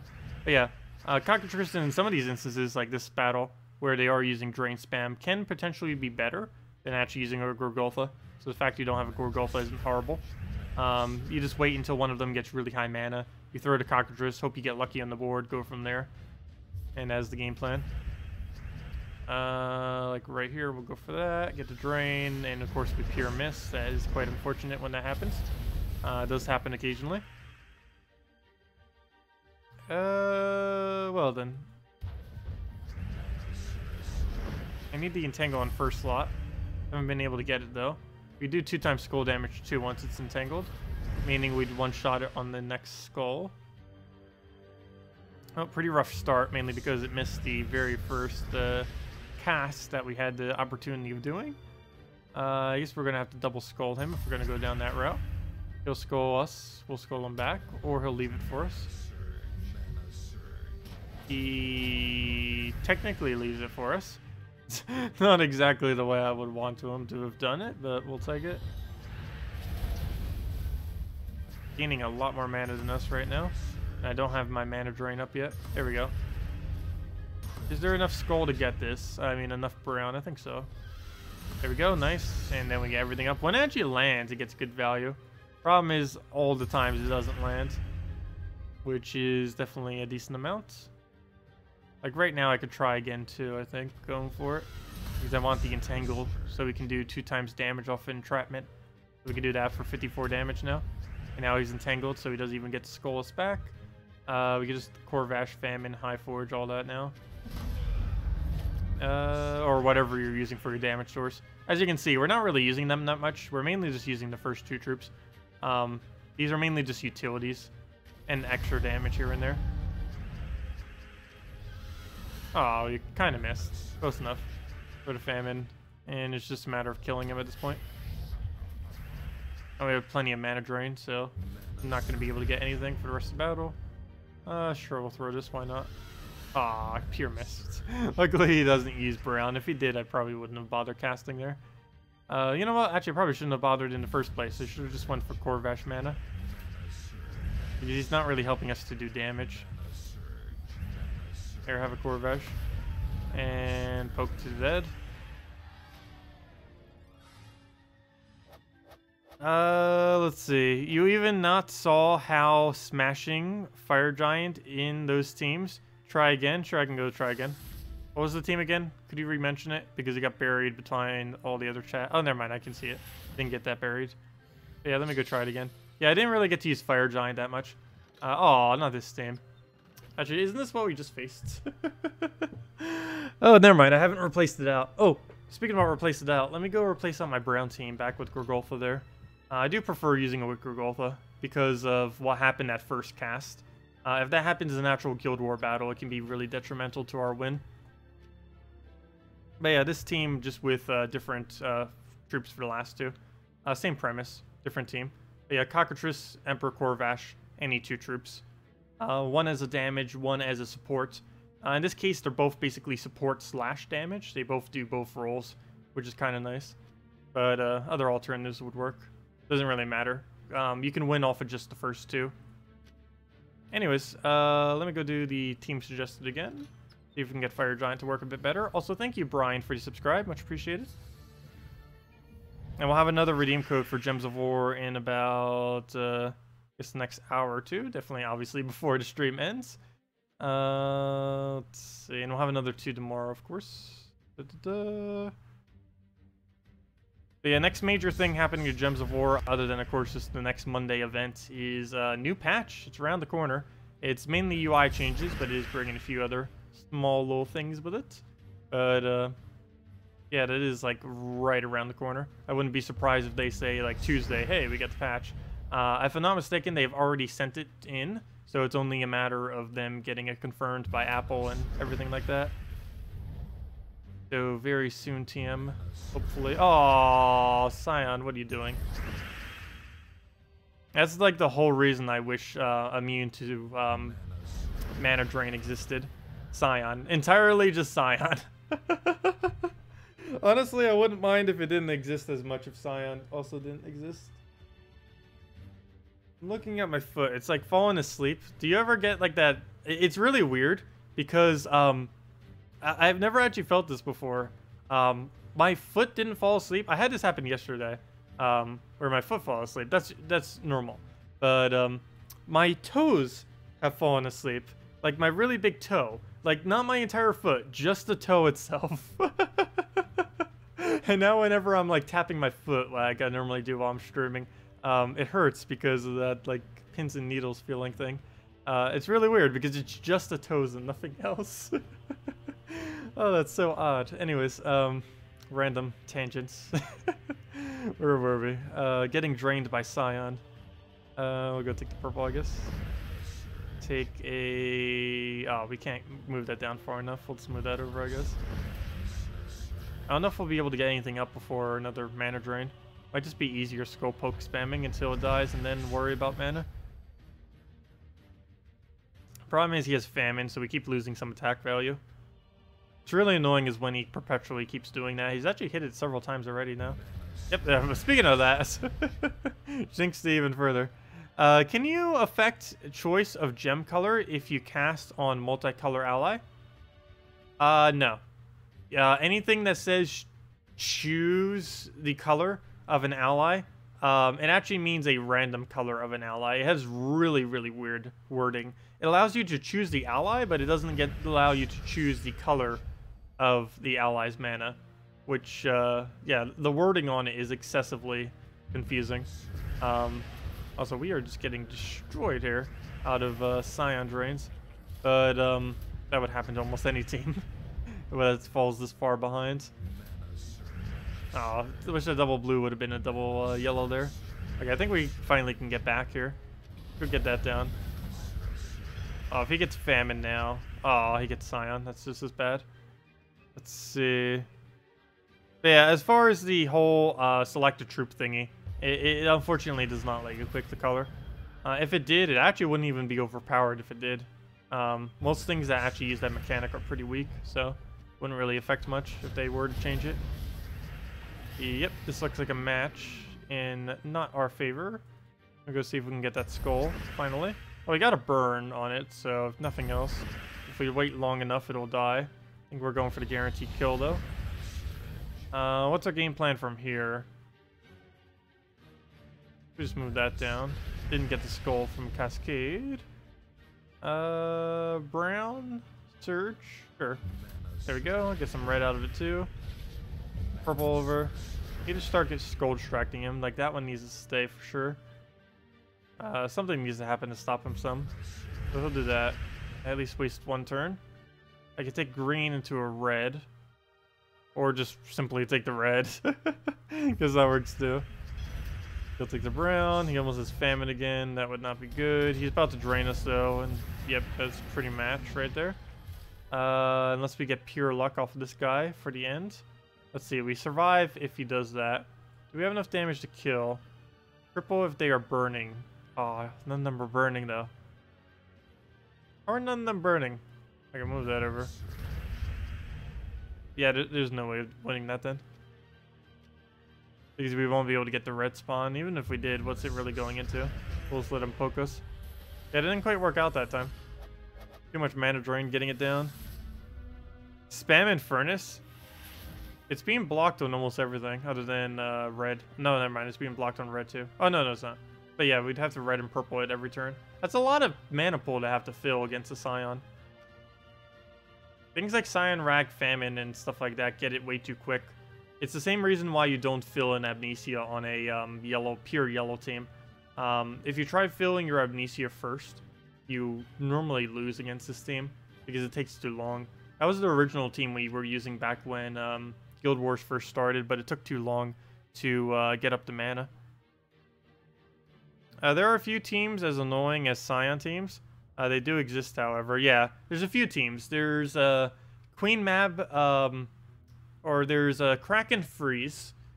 There is Justice Team, though that's not as prevalent at this current moment in time as it used to be, though it's still somewhat annoying. But yeah, the three main ones are Kraken Freeze. Why can't I not even remember the other ones now? That's like the first one that always comes to mind. Kraken Freeze, some forms of Dracula's True Damage with magic.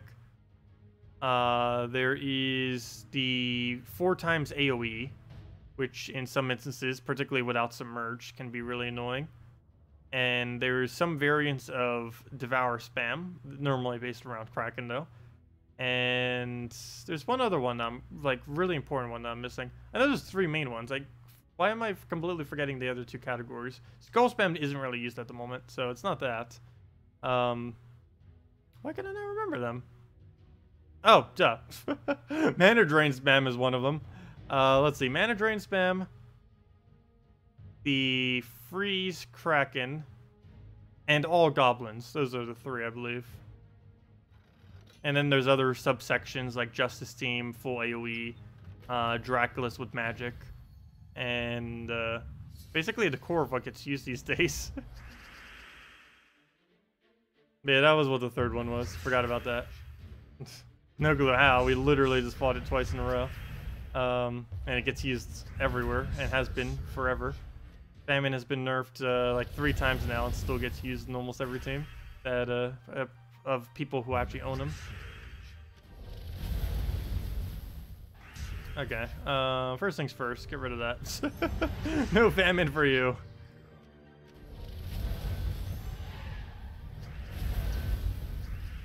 It's probably the best thing about having a fair draw. It's not even the soul gain. It's like, yeah, we can just randomly one-shot anything we please whenever we want. Assuming we have alignment. Actually, we don't even need alignment as long as we have the souls. There we go. You tend to use Gorgolfa Skullbeard. Infernus Sylvania Moore. Doesn't sound too bad. Skullbeard is surprisingly decent. I was using him for a mana generator a lot when he first came in. Haven't been using him as much recently. But, yeah, the fact that he can create skulls into a explosion is pretty good. Works with Skull Spam, works with Skull Storm off the new Skyla troop, which is nice because they're both from the same kingdom, so you get a little bit extra stats. There aren't too many teams where you specifically need a Skullbeard over another option, though, because whatever you're using has to, one of two things. It either has to have a high mitigation, like something like Gorgolfa or something with Stone Skin or the such, or it has to have, what's the other one? Yeah, Skull Spam in general, something that can actually utilize those skulls. So you either have to have the mitigation or the extra skull effect to be able to take the value from them.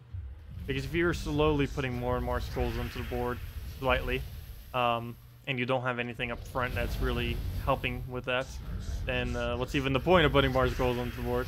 Because you're just going to backfire to hurt yourself instead of hit the enemy. Yeah, Gorgolfa Skullbeard seems pretty decent. Okay, do we just go for the kill? I think so. Even though we lose our turn. But it's worth it. Hey, we actually got off of a massive cascade there. Well, let's lose our turn again just to get the kill. One by one, we shall take them out. Actually still would have been our turn the whole time if we weren't actually frozen. Not that big a deal though, because we already won. And for skull spamming, Gorgolfa, Skyla, Courage, Sylvania Mora. Yeah, that could work. You throw the Courage into Skull, Skyla with the Storm, Sylvania Mora for the Entangle, and Gorgolfa so in case you don't get Entangle. Actually go try that one. Curious how that works. Gorgolfa. Let's see, we get that in there. We need the Skyla. And we need the... Also, anyone just getting here, make sure to use the redeem code below. Should still be active. Use it on gemsofwar.com underneath game code. Actually, there's the link and everything right there if you want to go copy paste it. Oops, that just ruined the page. Come back. There we go, fixed. Courage and Sylvania Moore. Courage and Sylvania. There we go. Too bad there wasn't a hotkey to bring this up. Like if I just click something and boom, it brings it up. Wait, are you kidding me? There's a way to get rid of it with hotkey, but there's not a way to bring it up with hotkey. Really? Escape closes the window, but there's no hotkey that opens it. Look, I'm not clicking it, but there's no way to open it via a hotkey. Why? Seriously? They really need to consider adding hotkeys. Well, at least we know we can close it with the escape now. Anyways, I actually didn't know that. I thought it would just bring up the menu or something. Apparently, if you're in a bunch of menus, it'll bring you all the way back to the main menu if you just keep clicking escape. And then if you're on the main menu, it just brings up the thingy. That's literally the only hotkey in the entire game is escape. Actually, let me see. Does home button work? I'm pretty sure it doesn't. Where's home button? No, escape was the only one. Sometimes home button will bring you to like the starting screen of a game like this or something similar. Okay, anyways, yeah, let's go test this. Not with that banner, obviously. I think I'm just gonna go with brown yellow because Gorgolfa. Let's see. Brown yellow, brown yellow, brown yellow. Where are you? Where are ya? There it is. Let's go take that, and we're good to go. Yeah, just about anything with a Gorgolfa is normally quite a bit of fun to use because you get so much mana that any kind of ability you would ever want to use, you'd have access to. Okay, I'm not going to do Skull here just because of how much more brown there are on the board. I just want to make sure we get another Gorgolfa and keep that going. That would be a great time to cast a Courage, though, if we actually were to get his mana back up, though we do not currently have it, of course. I'll just go take that down. Get a little poke. Throw this onto his last slots, and we do indeed instant kill and get our submerges, which is useful given the fact that he is using full AoE team. Go for the poke. And Dragon Soul, hello. Go for the poke again. And instant kill twice. Nope. Only lucky enough to get it once today. Go move that up. And hopefully he does not get that summon. Yeah, he's gonna get it. We dodge most of it, but still he gets the summon.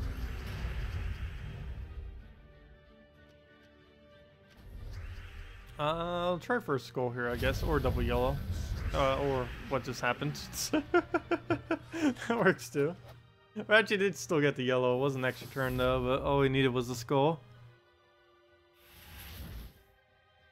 But yeah, that's some pretty decent skull damage there. Or the courage gets up decently. You get the buff into it. Take all the skulls. You keep getting extra bonuses from the courage into the Scylla. Yeah, this is actually the first time we're bothering with courage Scylla as well. It's pretty nice. Okay, good. He's the fact that he's entangled made it so he didn't silence us right there. That is useful. What do we do? I don't think we need a red. Come on, brown or yellow? Brown or yellow? Does it really make a difference? Actually, it does. Taking the yellow would have been the better move. The reason being is that if we had to leak mana, we'd rather leak the brown than leak the yellow, because yellow doesn't actually go into anything on this team, whereas brown would. It would go into Sylvania more. Oh, okay, that was not the one I meant to take, but it did the exact same result as what would have happened if I took the other one.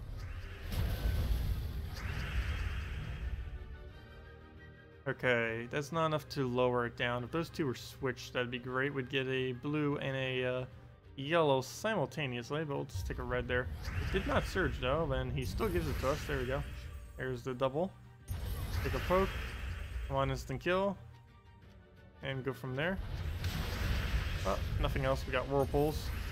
All the whirlpools. I like how I always do her ability right when I'm about to cast everything. Kind of defeats the whole purpose of even having her mitigation there, or not mitigation, but the dodge to AoE. Because if I'm just casting their ability anyways, that breaks every single one of them. Do we try again? Sure. It has enough damage even if it doesn't get the extra.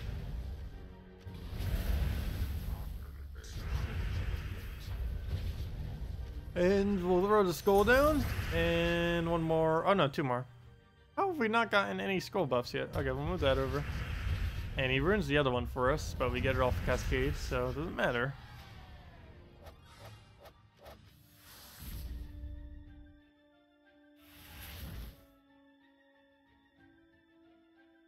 Let's see. Well, let's go back to the soul farming, I guess.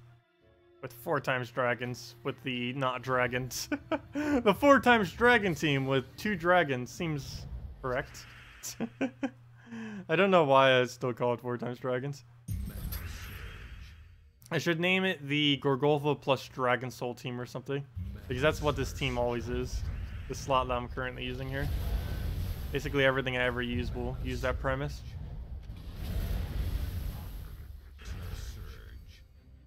Okay, this will give us a fair draw. Actually, I probably should throw Dragon Soul there, for the reason of gaining more damage off him.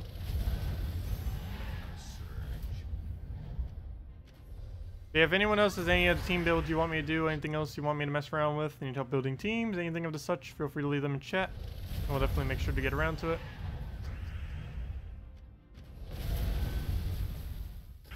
And then we can just wrap it.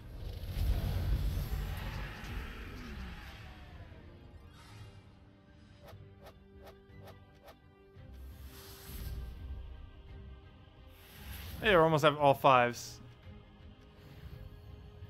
I think the best one is 444 and 777. I mean, a 4444 and 7777. I mean, wait, I'm saying one more than I should. Yeah, 4444 or 7777. Those two. Let's see. I think I have a screenshot of almost every single number of 4 of the same, going from 1 to 9s.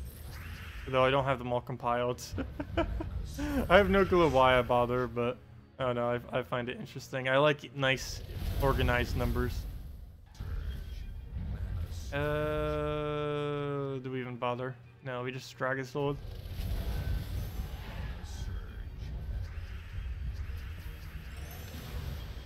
He has 1 submerge now, and it has a barrier on it, making it even harder to mess with. I felt like they were expecting this guy to be a bit better. The premise of him is nice. The actual capability of him being useful is not, though. In theory, it seems like he'd be useful. He just isn't. The closest thing he has to being useful is a storm, and that's about as far as it goes. The second another troop gets a storm, he will never be used ever again, pretty much. You're level 1153, nice.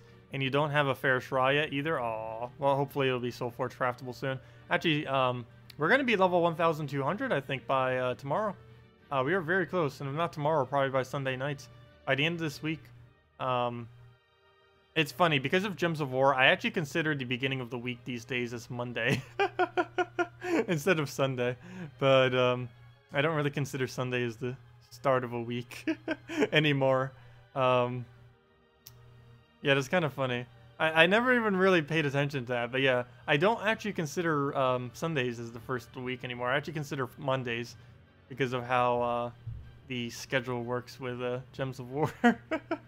Has basically changed my perspective on that. But anyways, by the end of this week, as in by Monday, we should have level 1200. Monday is the beginning of the week, yeah. Well, for some people, they consider it Sunday as the first day of the week, while others consider Monday as the first day of the week. Neither is really... Well, I shouldn't say neither is correct, but neither is wrong, I should say. Really just depends. Why Silent One is not using as often as Scion? Because you can counter Silent One, you cannot counter Scion. Well, you can pretty much not counter Scion. Technically, you can counter Scion with reducing its attack to 0. But there are instances where it can still hit through it, whereas Silence has a benefit in which if you can get something silenced, at least for its duration of its silence, it can't do anything. But the biggest issue with that is once it gets unsilenced, not to mention things that have immunity to it. So anything that has impervious, stuff like that, or just the alert trait will not end up getting silenced from the ability. But yeah, Silent One, the other really bad thing about Silent One, which has always been an issue with it, has never changed. Even when it was the best troop in the game, as well as when it was almost one of the worst. One of the biggest issues it's always had is it has no benefit off of magic. While there are multiple troops in the game that have no benefit out of magic, it really hurts. It really hurts Miststalker because there's quite a few teams that actually boost up the magic where it ends up just becoming useless. These days, that is particularly noteworthy with things like Humility and stuff like that. But there's also a couple that get used with Pan's Veil and a few other instances where you kind of need that magic. If I'm not mistaken, you even get magic from Pan's Veil. Makes no sense whatsoever. I'm sure it's magic. I can't recall for sure if that kingdom does give a +1 magic. Pretty sure it does, which of course just gets completely wasted on the Silent One. But overall, biggest issue with Silent One, reason why it doesn't get used is Scion is 100% chance that it will work. Silent One is hoping that your enemy does not have any immunities. Also, why on earth did I just do that when we could have just Fair Shroud? I was even looking at his ability. It was like, oh no, I'm not going to do it. Fail. Yeah, Mercy into a Silent One works out pretty nice. Still doesn't change the fact he has no damage, though. Because if you're overly spamming Silent One, you're not making the battle go anywhere. He's similarly as slow as a Plague. It's actually a pretty good parallel, actually, the two of them.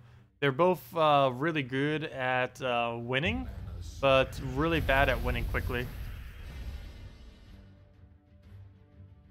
So for defending, you could definitely get a pretty solid silent one, but for invading, it's normally too slow to ever bother. At least one other benefit with invading too is that you have the possibility or option, if you so choose, to be able to use it for you can see what the enemy team is before you actually battle it, so you'll know if you're going to get countered or not. Whereas of course if you're defending, the enemy team can just change to whatever and defeat it with counters.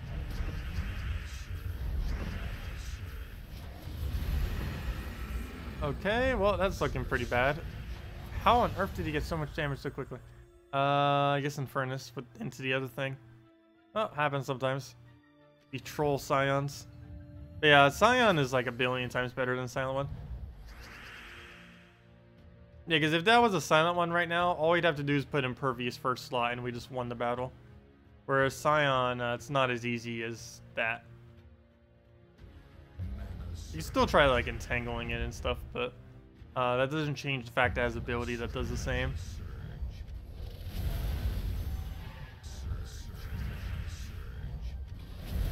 Also, hello Anna, welcome. Welcome. Let's see. Also, hello Mr. Wilson. Let's see. Hey, you hate them both in PvP. Yo, try that out. Haven't used Bogue Strider yet. Oh wait, what was the team mentioned? Like Kenshi. I did not see it. Oh, what teams do you recommend with Guard's Avatar? Sorry, I didn't see your thing there. This age or Theus Age. So Guard's Avatar. Is he useful in Guild Wars at all? He's really high risk in Guild Wars. I personally wouldn't advise it. I have used him in Guild Wars before, though he is punished really hard. But in PvP, yes, he is very viable in PvP because it doesn't matter if you happen to accidentally lose. So you can go with the higher risk quicker teams. Yeah, I can go. I have two Ferishraz teams. I mean, two Guards Avatar teams saved at the moment. Back from when I used to use them a lot. And I still have them kept just in case I ever feel like bringing them back. He's pretty decent. Definitely not a bad troop whatsoever. Yeah, let's go use him right after this.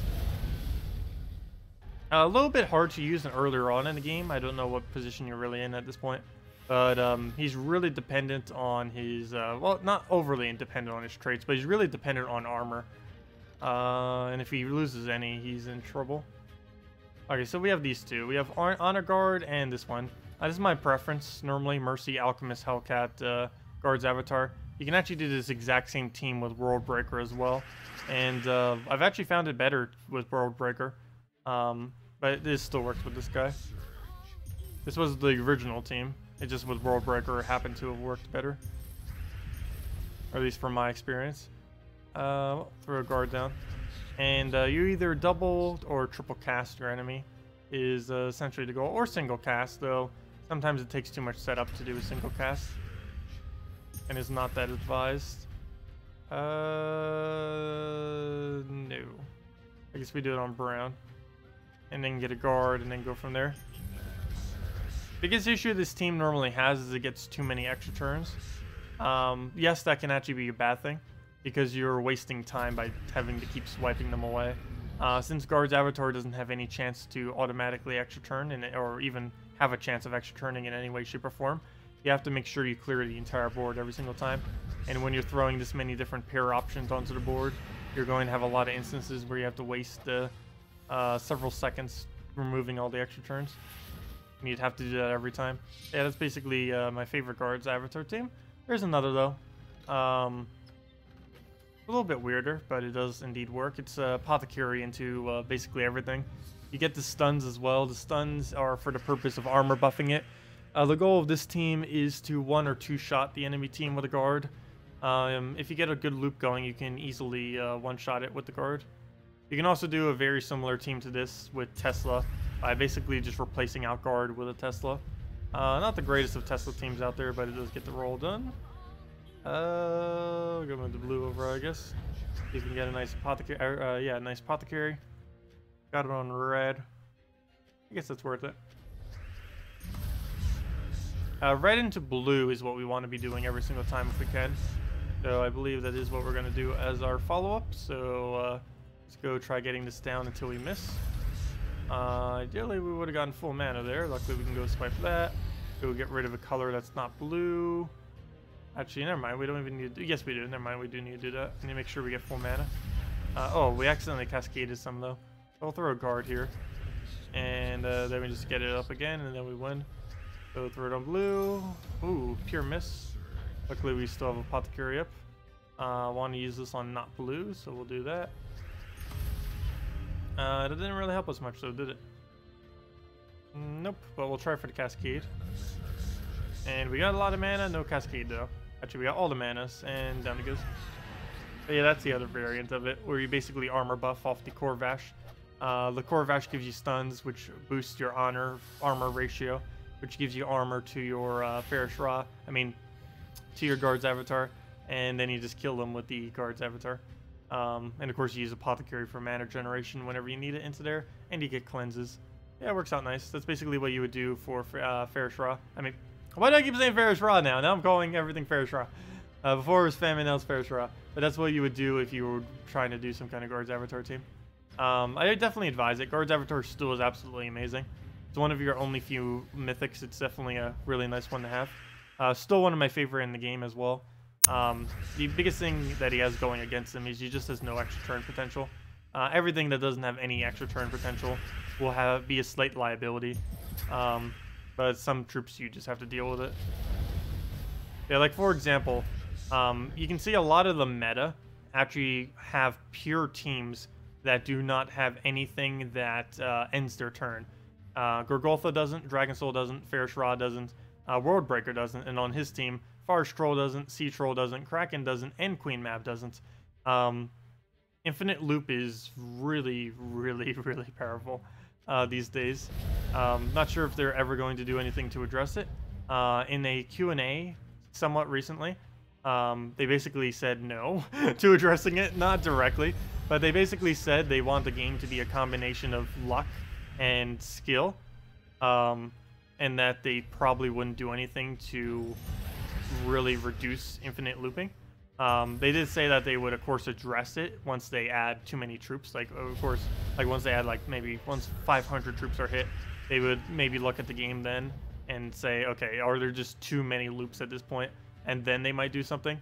But at this current moment in time, they are not really looking into fixing that. Not like it's really an issue, but it does make it so anything that doesn't get an extra turn chance is by default inferior, even if it is insane damage. It could be enough damage to instantly win the battle. Actually, no, that wouldn't be enough. But it could be enough damage to bring everything to 1 HP. And it could still be questionable if it would be worth it. Like, if they added a troop that costs like 60 mana costs to reduce everything to 1 HP, they would obviously never do that on the enemy team. It'd be questionable if that would actually be useful. Let's see. Also, hello SBM, welcome. Oh, you finally got a 10,000 team score on your level up. Nice, good game, well played. Very nice. Yeah, we ended up getting it when Merlantis came out. We're at 10,014 at the moment. But yeah, as soon as Merlantis was released, we ended up reaching 10,000. It's a nice milestone. I remember when over 9,000 first came.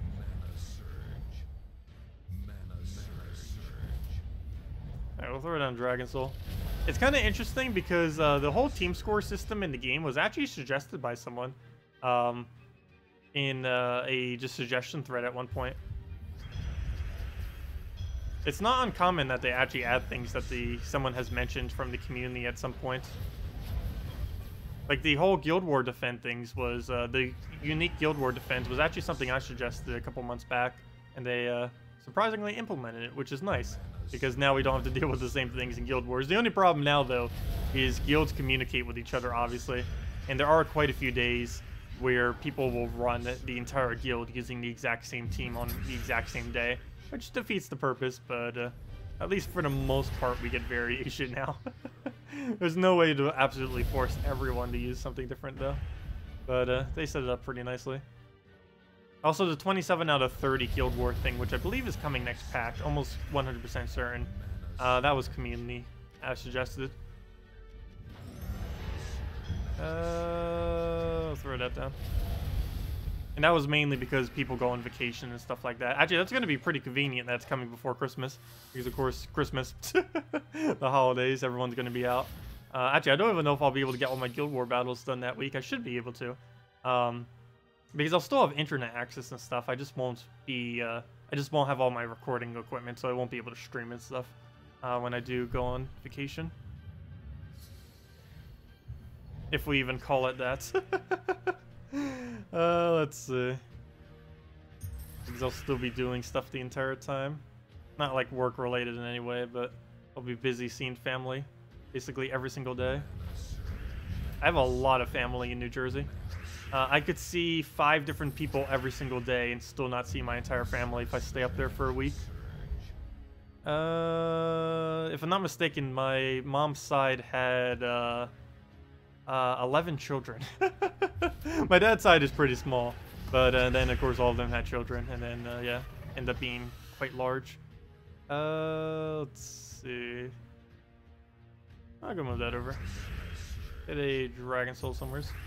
We don't have a Fair Straw, do we? We'll throw a Dragon Soul in the Fair Straw. What do we aim this at? That's like the only thing that we can actually kill, so I guess we go for you.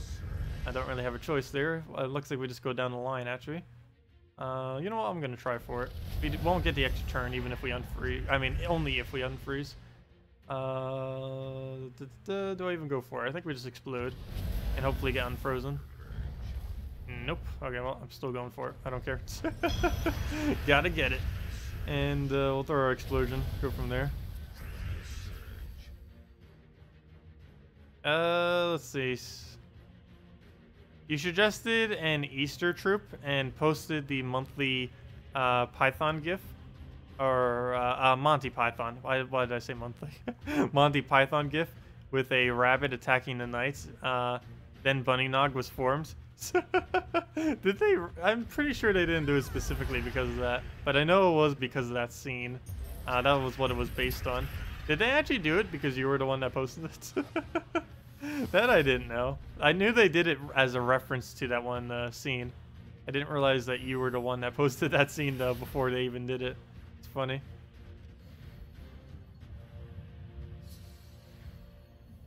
Send me your account. You can do the Guild War battles for you. Yeah, that actually is allowed, by the way. I haven't heard any message from the devs saying that giving your account to someone else to do your Guild War battles for you. While that's looked down upon by the community, by most people, it's technically not against game rules from what I'm aware of. And the devs have yet to say otherwise. I'll go move that over. As long as you're not selling your account. But account sharing is perfectly allowed. What will go? Poke on that. Throw the explosion. Get a Fair Shra in there. Put it on Queen Mab. Put that up. Dragon Soul. A Holy Hand Grenade. We actually do have a Holy Hand Grenade in this game. It's not called that though. I forget what it's called. It's that brown-yellow hero weapon thingy. It's the closest thing we have. It reminds me of the Worms version of it. That's always the first thing I think of whenever anyone says like a Holy Hand Grenade or something. I don't know what that was originally a reference to, but Worms Armageddon is the first thing that comes in mind. That was a game all the way back from like 1999. It was actually, in all honesty, from what my experience from all the Worms game I've played, the best one, Worms Armageddon from 1999. Nothing is better. Yeah, Holy Symbol. That was what it was called. This thing. That thing. Oops, I spelled it with a U. Hulu. No, that's not even how you spell Hulu. Wait, is there that many things with holy in it? There it is. Yeah, this thing. There it is. But yeah, anyways, it's useless. You don't need to look at it. All of these need to be changed to triple damage, and even then they're still useless, but at least then they're less useless. That was back when they were added as some of the first double damage weapons based on a certain condition, so they didn't know how to balance it yet. Oh, goodbye, Mr. Wilson. Have a good day. See you tomorrow. Or later tonight, if you happen to be back. Let's see. Gotta run. Oh, see you, Mr. Wilson.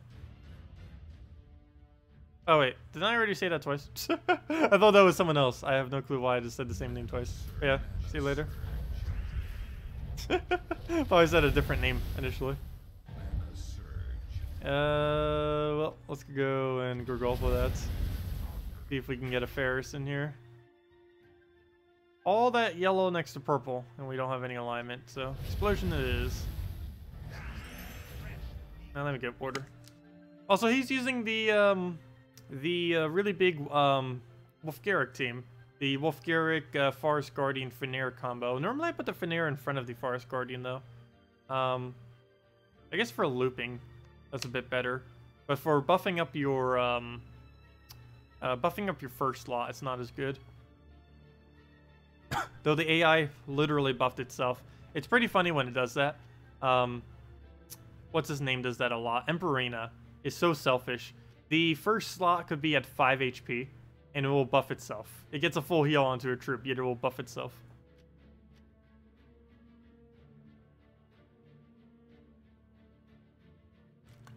Okay. What do we need here?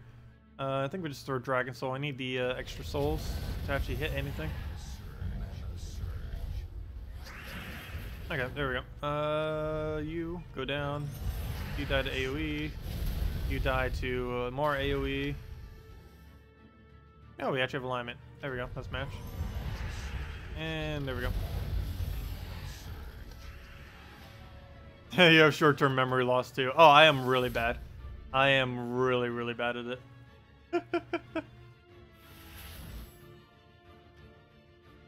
I can forget something in like half a second. It does not take me long whatsoever. What do we need to do here?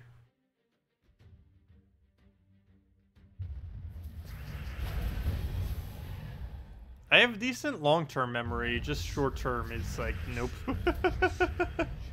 Does not want to function. What do we even want to do here? Yeah, let's move that, I guess. Why is there nothing good on this board? It's all green and yellows.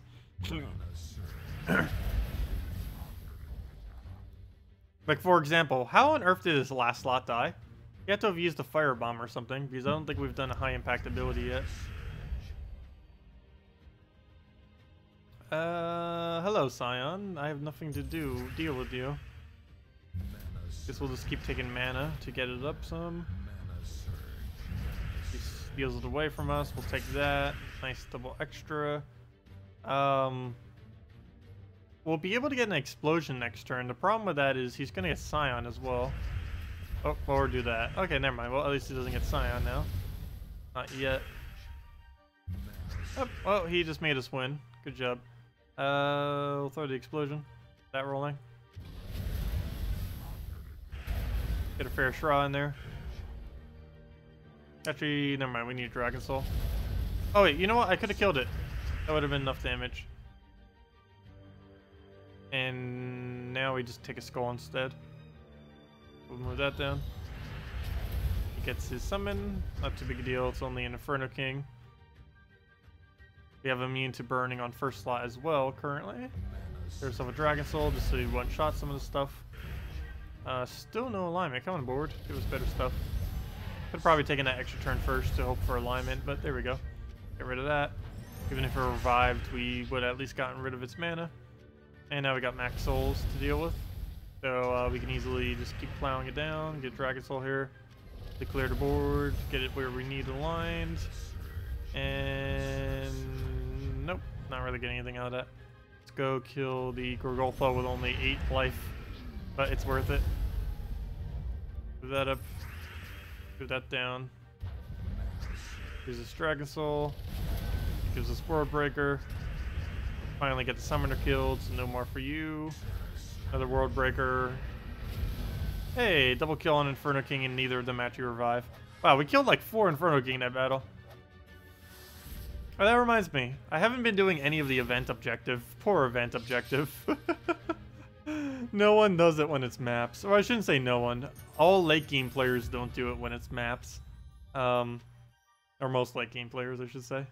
There's probably still a small section that bother with them. People that do the mini game just on a regular basis. I do on occasion, but let me see. Event. And, oh yeah, we still get extra gold for pure blue. I forgot about that week. But, yeah, I haven't even hit the first one. I did literally the ones from the showing the video just to make sure that it works, because I always double check.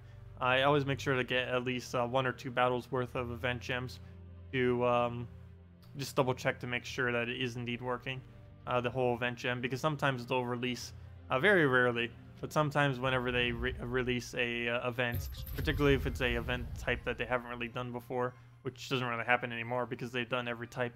But in the past, it used to happen here and there where a certain objective that they would put would be impossible to do, and then they would have to change it like soon after. Alright, we'll go move that over. I always like to double check to make sure that actually does what it says, just in case. Never know. We'll go move that down.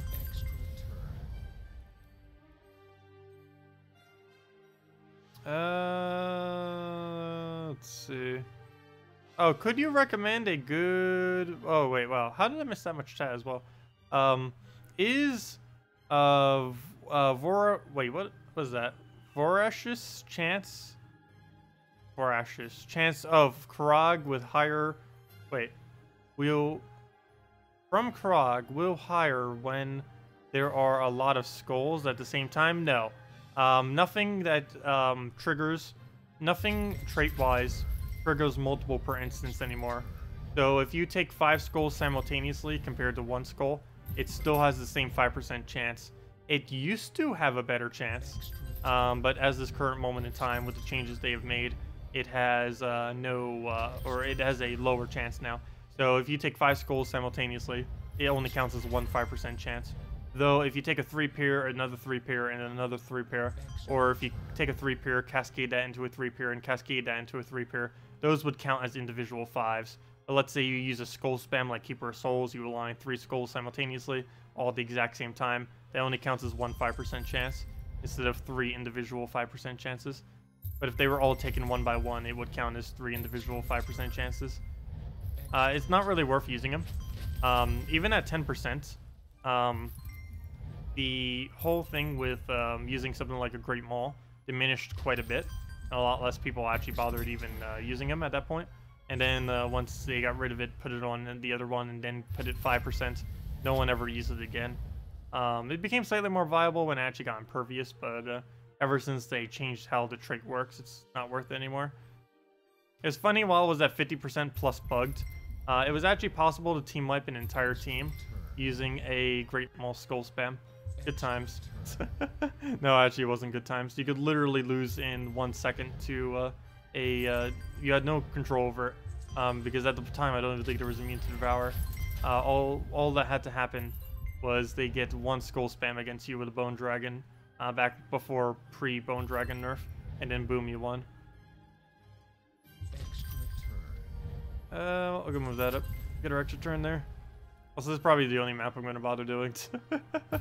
It'll give us our little bit of gems. We'll still probably do a little bit more tomorrow or stuff. Need to get at least some amount up, just to have it.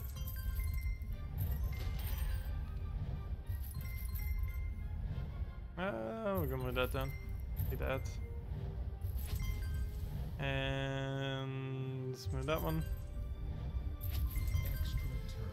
Take the other.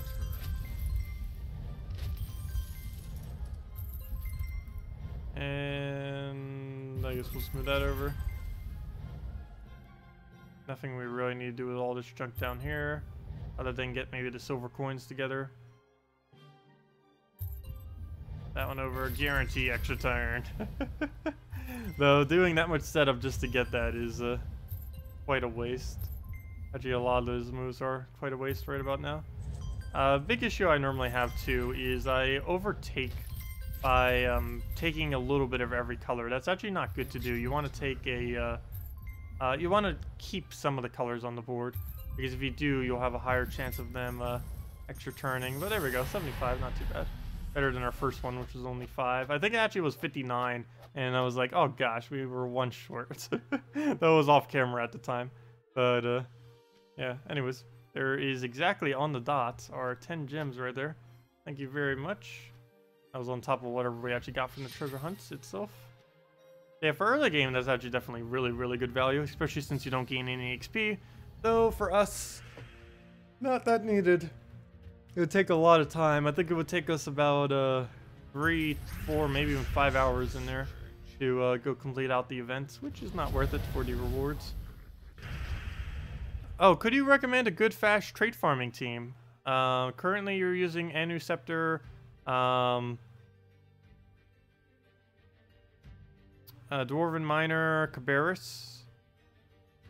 Well, you don't really need to get the extra gold and souls. Since you're already doing a probably trait farming within Explore, you're already getting all the gold. So you only really need souls. Valkyrie, Rowan, double Siren.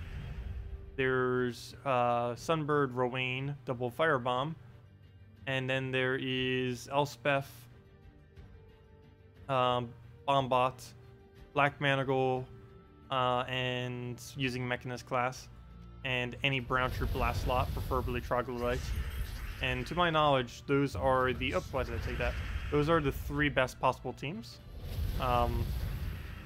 As far as overall just getting you everything you need, particularly the one with the Valkyrie if you also want souls. You can also do, oops, I should have poked them there. You can also do what was the thing I was about to mention with that? There's another variant that you can do with it. I completely forgot what it just was though. But yeah, essentially you can just put a oh, it was Dragon Soul. Dragon Soul and the Fair Shra also ends up working. If you happen to have those. And you get a lot of souls out of that. Your map record is currently 223. Yeah, mine is somewhere around the low 200s. I forget what it is these days. That was back when you started with 15 turns though. At the moment, the max you can actually start off with is 14. By default in the past, you actually used to start with 15. But then once the guild came out and a few changes to it, they actually changed it so that's associated with guilds. Though there's currently no way to actually get over 14, to my knowledge.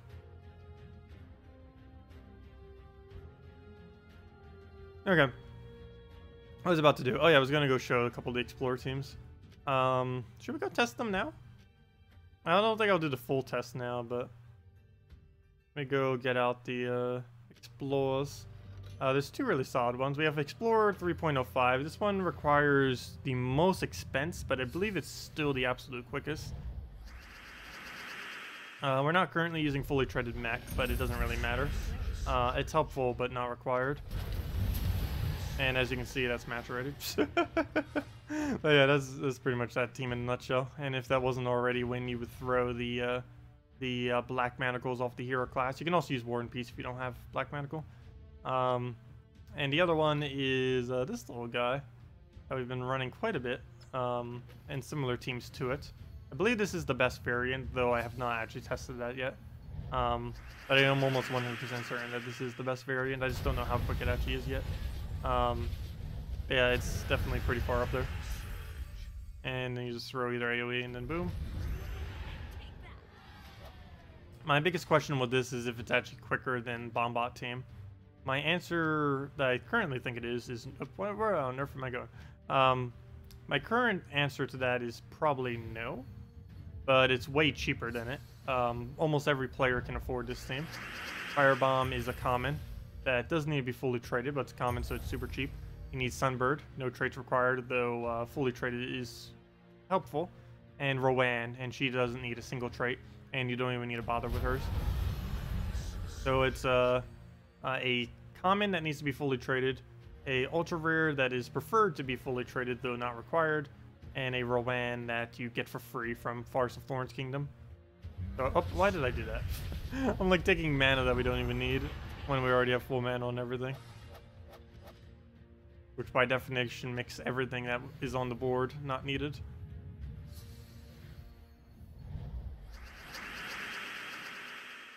Elspeth, Rowan. Does that one shot? I'd assume so. Yeah, that would work. One nice thing about this team is you pick up revives as well without needing to worry. Oh, well, but if they do revive, you get the double shot. Also, if you have lower stats, you still get to kill with this team. Because double firebomb into Sunbird Rowan, even if you have, even if you just hit level 10 all kingdoms, you would still be able to, use this team, I'm pretty sure. I don't know for sure because I don't actually have this team on my Let's Play accounts. Which is a bit of a fail. For two reasons. I don't have Rowan and I don't have Sunbird. But, which is amazing that we somehow don't have either. But, I'd assume this would be able to work once you get level 10 all kingdoms. Biggest issue with it is you actually do need level 10 all kingdoms because you need as high of a magic, armor, and HP as possible. The only thing you don't need is attack, but attack is normally pretty good value to go for on most teams. Is Firebomb in the drop pool yet? It actually isn't at this current moment in time. It won't be until either next patch or like mid-January. I believe mid-January. I don't believe it's actually coming next patch, unfortunately. But yeah, it's still not in the drop pool. It's why ours is currently ultra rare. Yeah, if it was in the drop hole right now, we'd be mythicking it in a heartbeat. I don't even care if the kingdom's out yet. I would probably still throw all my keys. Actually, I don't know about that. I might actually have to wait for the kingdom before I mythic it. But yes, we are. Once the new kingdom comes, hopefully Firebomb will be in the drop hole. So we can go crazy on him.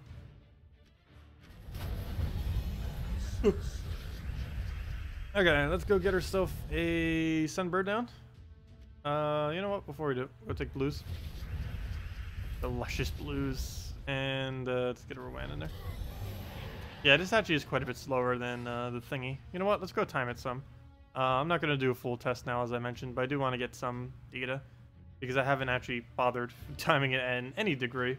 Let's go get some short timings just to see its approximation. Its clock is trying to load right now. Taking a while, though. Where can you see the UI for the next patch? Oh, let me go get that. Let me go see if I can find the exact post. I had it marked earlier. Someone on Steam was requesting for it. Let me go see if I can find that same Steam discussion. 1 second. I had the exact link that I posted earlier for someone. Let me just go re-find it. Steam. Where are you? Oh, why am I... Gems of War. I'm looking for Steam within Steam. Good job. Hey, where can I download Steam via Steam? Okay, anyways, Gems of War, Community Hub, discussions, and the first few should be the one I posted a link on. Why are you taking so long to load? There are 1,437 players playing right now, just on the PC version. Let's see. A petition to bring back the old AI. That's funny. It has 252 comments. Not AI, the old UI, I mean. There it is, found it. There it is. Someone probably already posted it by now in chat, but I found it. There we go. No, you all beat me already. But there you go. Oh, never mind, you posted a Twitch thing. But yeah, the link I just posted is not to the stream, but it's screenshots. So if you're on a mobile device, it'll probably be easier doing the link I just did. Oops. Wait, this page doesn't exist or is private? What? 1 second. Why?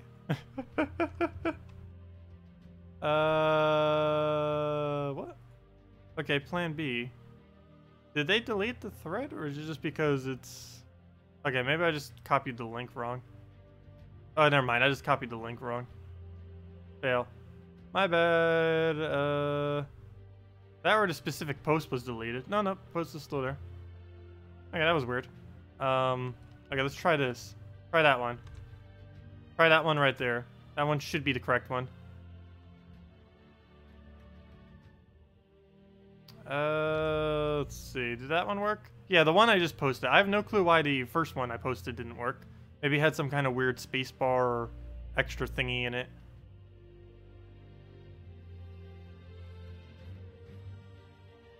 Oh, what did you post that was unlisted about it? Did you record them recording the thing? Oh, you made a nice video thingy. Oh, did you do it with the beta version? You did. Oh, cool. Yeah, I would have done a video on it, but of course they didn't want me to show it yet.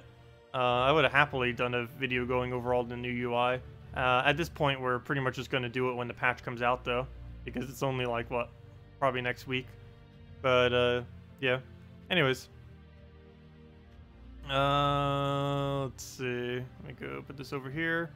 And let me go time these things. I'm curious how long this actually takes. Where did my game go? There it is. Let's go claim our PvP real quick. That'll annoy me if it keeps blinking. Okay, let's just go time this a few times. We'll do it from the very first menu. It needs to beat 2.5 wins per minute. If you can do anything quicker than that, it's decent enough to be used. So let's go start timing it. We'll time it like 10 times for one. Or you know what, let's let you do perpetually for like 10 minutes. I'm not going to do full test right now. But do want to get some data on it because I haven't bothered yet. There we go. 1 minute win in 15 seconds. I'll take that. That's a good start, that is for sure. Need to make sure I don't accidentally click on those early or else it makes the animations go a bit slower.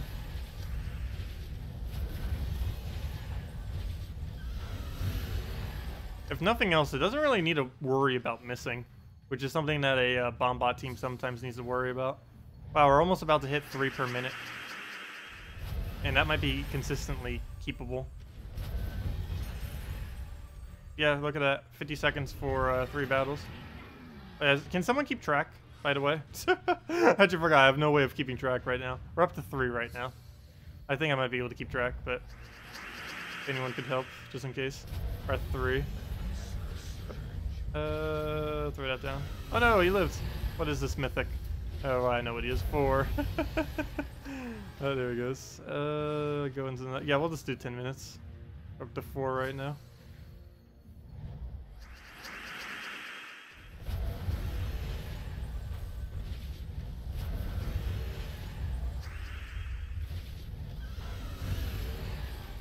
Five. Looking like a 3.3 wins per minute. Let's see. Yeah, this might be consistent over 3 wins per minute. That is 6 with 10 seconds to spare for 3 per minute.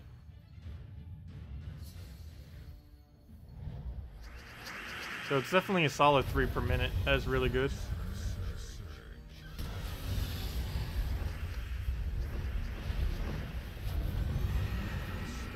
Oh, I already won off a firebomb. Oops.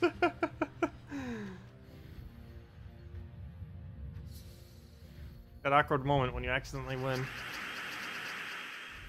Oh, I should have taken the green. I should probably be taking some of those quick extra turns if I can spot them quick enough. Oh, I just lost track of, gosh, nope. Was that 7 or 8? But I think we have our basic verdict. I think that was 8, so I actually lost track now. I think it should be 8, based on how much time we have left, or how much time has passed. It should have been 8. Fail. So this is now 9. Yeah, that makes sense.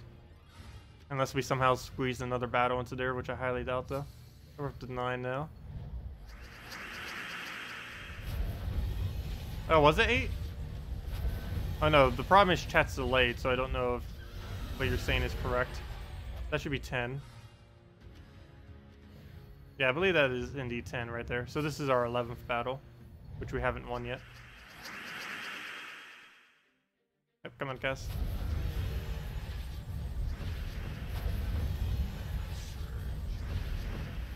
Here we go. Now it's 11.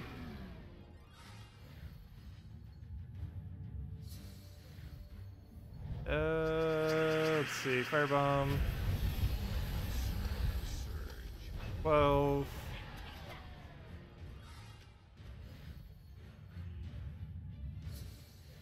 Oh, is it one behind what I'm saying right now?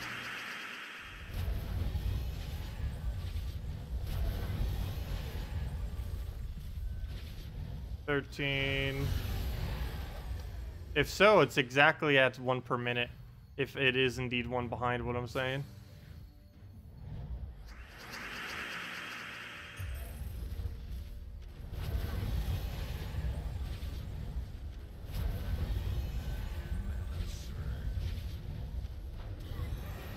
$14.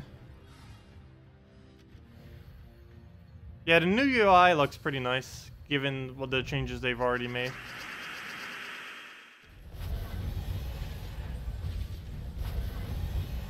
It fits well with everything that they've already changed. Wish they would have added just everything at once, though. It's weird having the game like half changed and half changed again. So I guess it would have been even more of a drastic change. Well, anyways, I should probably just stop counting at this point. I think it's pretty clear that this team is easy, solid, 3 wins per minute, without question.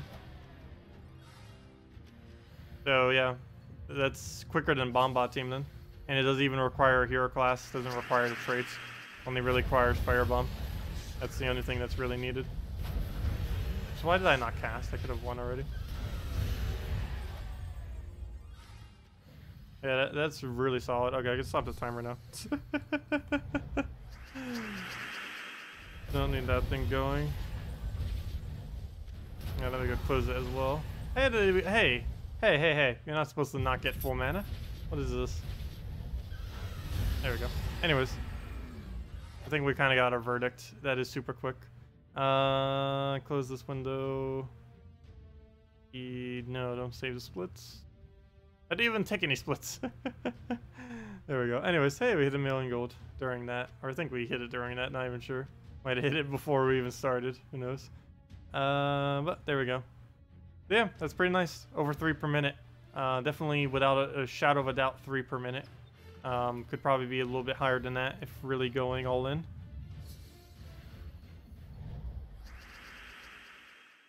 Okay. And that's actually quicker than Bombot team too. Because Bombot's about 2.5 to 3. The team we just did was 3 to about 3.3-ish. Depends. They are increasing the limit from 50 to 200. For what? Oh yeah, the animations, yes.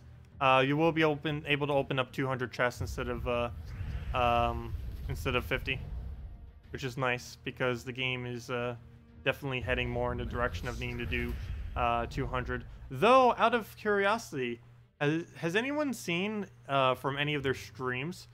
Because I believe they've had an absurd amount of keys showing there, so we haven't actually been able to see it. Has anyone gotten confirmation or seen anything? Or if you're a beta tester, have you actually seen it in the beta? Because I haven't gone that far. I think my account's like 34 in the beta right now.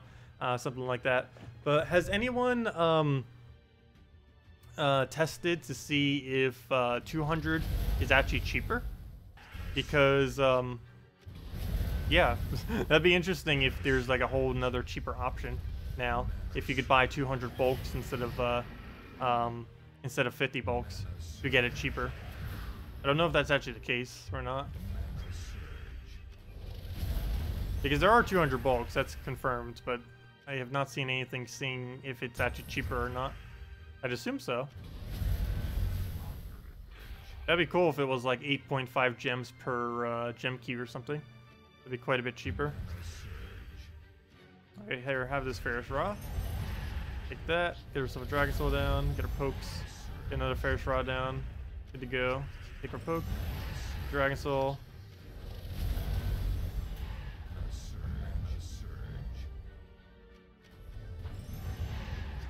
Yeah, actually, I should go ask them tonight. If they let me, I will stream beta tomorrow.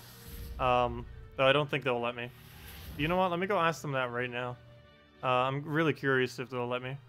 I can almost guarantee they'll say no, though. But it doesn't hurt to ask.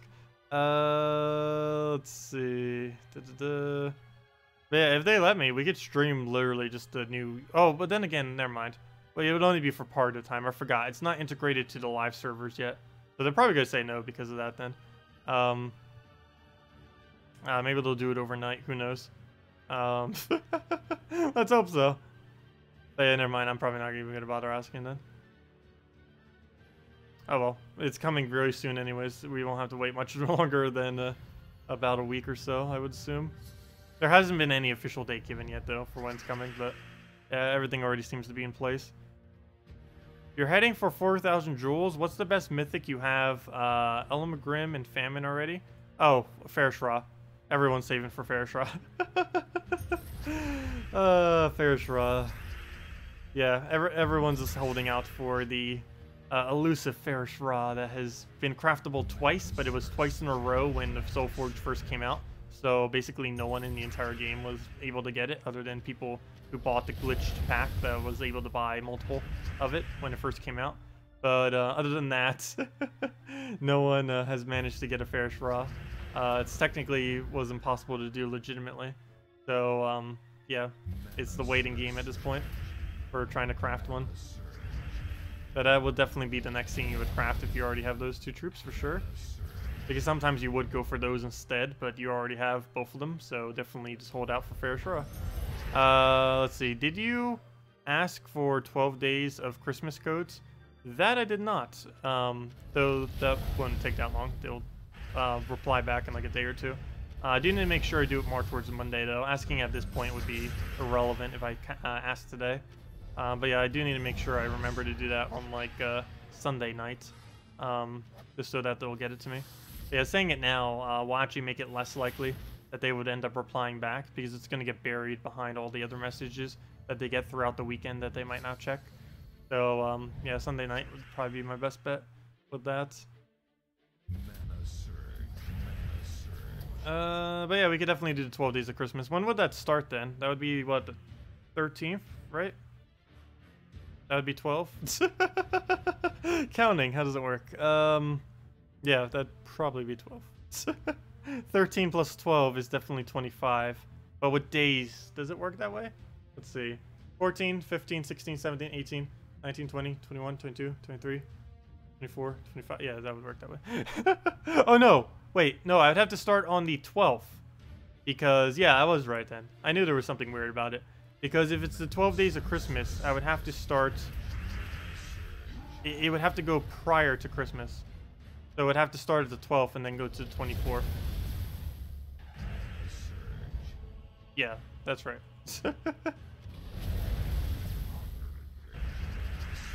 And even though that's a 12-day gap, it's 13 because you count the day that it's actually on.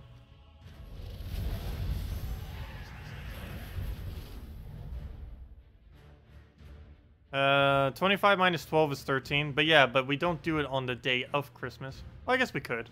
Actually, I don't know if I'll be able to stream on Christmas itself. I still don't know yet. Actually, I don't even really know what my schedule's going to be for the entirety of the end of this year. It is going to be hectic, I know that. But yeah, we should be able to stream on Christmas, I think. The exact time is, I have no clue. Might just be the nightly stream, most likely, even if it is on a... Actually, it's on a Monday. So, let's see. We'd be able to get the event video out. Though, I don't know if I'd be able to do the stream or not. Because I believe there's a Christmas party I might be going to. Not 100% certain on that, though. If I don't go to that Christmas party, I would be able to get it. But, yeah, I'm probably going to be going. So, I wouldn't be able to make it for the stream. That would be the case. Yeah, I still need to see what the plans are on with that. Technically, the 12 days of Christmas starts on December 25th. Wait, it does? How does that work? I don't know much when it comes to holiday-related things. Ending on January 5th. Is that actually the case? But if that is the case, we might have one guide per day for the 12 days of Christmas. Because I'm going to have like 7 of them, hopefully, when I go on vacation. Well, they won't all be guides. Like, some of them will be random troop challenges and stuff. But we'll have other filler content for that time. Should be able to get them all recorded, probably... don't want to say next week. Probably as soon as the next patch comes out, I'll record all of them. Because nothing drastic will change within the game after that point. If I could record them all now, it'd be a little weird because the whole game will look different in like 1 week or so compared to if I was to wait. So I'll probably wait for next patch and then pre-record all of it. I'll go through that then. None for the 8 days of Hanukkah? I don't think I've ever celebrated Hanukkah. I barely even know anyone who's ever celebrated Hanukkah. I'd had like one friend in middle school, I think, that celebrated it, and that was about it. How is this HP so bad already? Keep getting distracted, and it's like, okay, not paying attention. Then boom, a couple hours later, they'll have 1,000 HP. We have Fairish Ra, and I can't even one-shot him because we don't have alignment or anything. I'm not paying attention to the board. Let's see here. He's actually beating us with such a weird team too. It's like a HP shield buff team that tries to never die. Well, it's succeeding apparently. What do we even do here? I want a Fairish Ra on him so badly. Here, have it. I need damage already, even if it does an extra turn. Whoa, that lag. And he actually killed me with it too, because of the yellow boost ratio. Ouch. And the more codes, the merrier. Everyone gets a code. Okay, I need to go restart Gems of War. I have no clue why I'm lagging all of a sudden. I go restart it. So that's sometimes helps. Sometimes you play too many battles in a row. It's like, nope. Used to do that a lot more in the past. Doesn't really do it that much just recently. It might just be my computer lagging for no apparent reason. Maybe it's overheating. So I don't really think that would be the case. Actually, just in case, let me go get the temperature thingy up. I haven't been using this like at all recently. Because since I got the heating and cooling system, the temperature in my room has been so much colder than what it would normally be throughout the entire year, even during winter times, that I haven't really needed to worry about it. Because my room alone would, in the past, would get to like absurd temperatures. Okay, it's at 84-ish, 85 degrees Celsius, which is still pretty high. Though for a laptop with barely any cooling system, I am fine with that. It has lasted us this long. It shall keep going. Also, I end up deciding not to get the new computer yet. I don't know, I just couldn't get myself to decide on one, knowing that my current computer still works. Anytime I've ever gotten a new computer, it has been because the previous one I've had has just become completely unoperationable whatsoever. And, I don't know, I just couldn't really get one. I was like, no. Not until this one is completely broken. But that is still something we will do in the future. Just, I don't know, we don't really have much of a need to. This does everything we need for now. The only thing that is slightly annoying with this computer is it's near impossible to really edit anything because of render times. But we'd only really be able to cut the render times in half if we got a newer computer. And since I barely do any edited videos, it's not really that big of a concern at the moment. Because a good majority of what I do is done in one-shots, and even if I need to have overlays that I need to have up, I can just hotkey all of them. I just need to get a really good memory to hotkey them all. Because there has been some videos that I've done in the past where I just completely failed because I forgot the hotkeys for them. And yeah, that happens. I try to keep it minimal if I do overlays. Try to keep it to like 5 or less because I will forget which one is associated to what hotkey. And then I normally need to restart the entire recording if I do that too many times. If I do it like once or twice, it's like not that big a deal. But if I do it like 5 times over, it's like, oh, whoops. We gotta take the skull. Oh, you can't see the price of them because you're not VIP 5. Oh, wait, did the other one get discounted? Wait, I could probably see it myself, though it would take me like 5 minutes to go switch everything because I have to download it. But yeah, did you see if the other ones were discounted? McCoy? I didn't see what your other comment was. Also, hello, Demon or Angel. Welcome. Also, did I not say hi to Vanguard? Vanguard's in the house. I didn't see your Vanguard in the house comment, which is why I didn't notice you were here. That's the only way I know you're here. Let's see. I'll have to go take the purple. And do we not have a drop for that? Take the red. He gets skull out of it. Do we care if he gets the skull out of it? Probably not. But we'll still do that. Take the Dragon Soul. Get a Gorgolf. And hopefully Ferris Ra. And if not, let's go get more souls. There we go. Nice. Extra turn out of nowhere. Get herself another explosion. And can we get a Ferris Ra on that? No, we cannot. Good job. There we go. Now we can get rid of highest HP, just so AoE can kill. Take that, just in case, because why not? Do we have alignment again? No, we do not. There's only one yellow on the board, though that has not stopped extra turns from occurring before. And let's match. Go. There we go. And down it goes.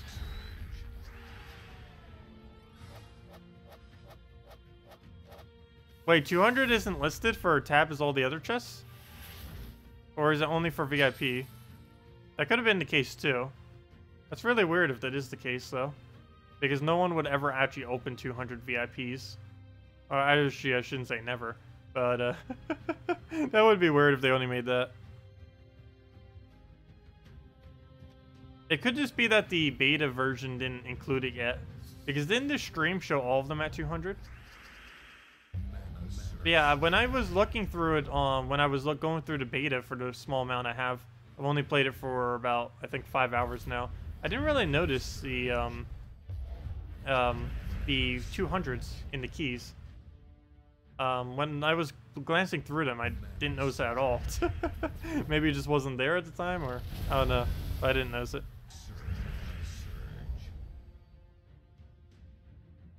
You barely speak English? I barely pronounce English. What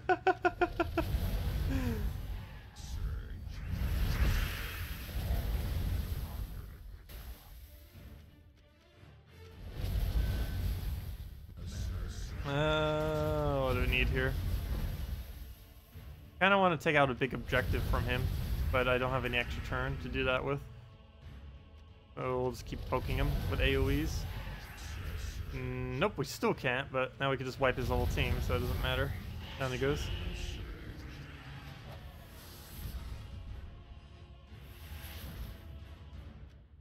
Not this team. This is probably the most annoying defend that exists right now. Oh no, never mind, not this. He's using double Kraken. That's not as bad. Let's see. Well, we'll go take a purple.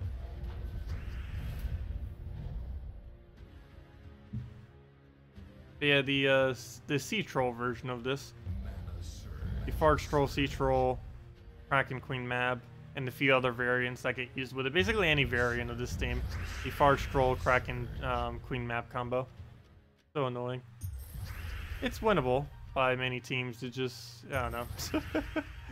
This is a really weird team that forces you to have to do things that you normally wouldn't against most other teams, and it counters out almost everything. For sure was an easy way to remove both green and blue simultaneously. There needs to be a red-yellow troop that just completely destroys every red-yellow or something. I mean, just destroys every green-blue, or even just remove. Well, there we go. Got destroyed. Still winnable. Got to go for ultra super lucky Dragon Soul time. Oh, it begins. We got some luck. Keep it going about 10 more times and we'll be good. Okay, solo Dragon Soul, you got this. We have won 4 versus 1 before. Nope, dead. Fail. Didn't even get the revive.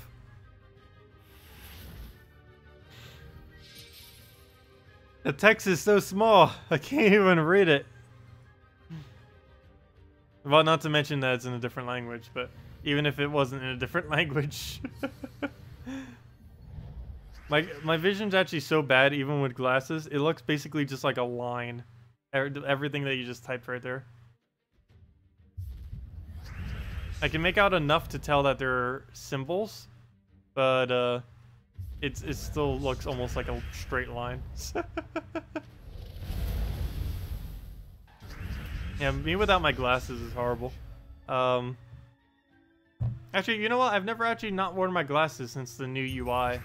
Let me see. And I still see everything. Well, I can see the difference with my damage text. I can see the green, the orange, the whites. I can see the shield. I can see the HP. I can make out the swords. So I can actually tell what each one of those are. Still can't really read the values. Scion looks like it has 40 HP, 30 attack, 35 attack on the, what's his name? The Ragnagord. I cannot make out his HP. Armor's 26, 42, 57, 31, 31, 42, 60, 43, 43, 77, and, oh, I mean 37. it looked like double 7 because it's blurring it. Fail. Anyways. And now we're gonna lose to a Scion. I can still see us lose properly. Okay. I should probably kill that Scion out. I think he has 4 HP, so he should die soon. I'll go try for the extra turn. Hey, we actually got it. What else do we need? Should probably put the glasses back on before we fail again. Yep, he's gonna Scion us. No, we don't need our glasses to fail. We can do that perfectly fine without them. Let's see. Skull. I need it so he gets poked, dead. And let me go take a red. Oh wait, never mind. We don't need red. We lost our Dragon Soul. I guess we still try for it. He's almost at full mana. I cannot read whatsoever what that says. Looks like 22. It doesn't even say it's out of anything. It just says 22. That's all it looks like to me is 22. Doesn't even look like 2 numbers. I know that it should show 2 numbers. Yeah, I can't see a single one of these values. That looks like 24. That looks like just 0. That one I can actually see is 9 out of 14. That looks like a bunch of jumbled numbers, and that looks like a bunch of jumbled numbers. Okay, let me go take the red. Okay, let me put my glasses back on. We can still win this. Oops. Thing fell down. Okay. Where were we? Fairish Ra into Famine. Where we're at. Oh, we don't have enough souls to kill him, do we? Quick, get a kill. Okay. Oh wait, but there's not even enough mana because you're blocking it. How could you do such a thing? You lost this game. How do we win this? Is there any way to win this? Yes, red into brown, go. Well, technically that was what I said, but I meant extra turn. Okay, we can still win off of super ultra lucky Fairish Ra if this thing could stop blocking us already.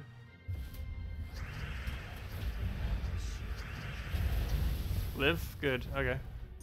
We got this. Take that down. Nice, get the kill. Please be HP or armor.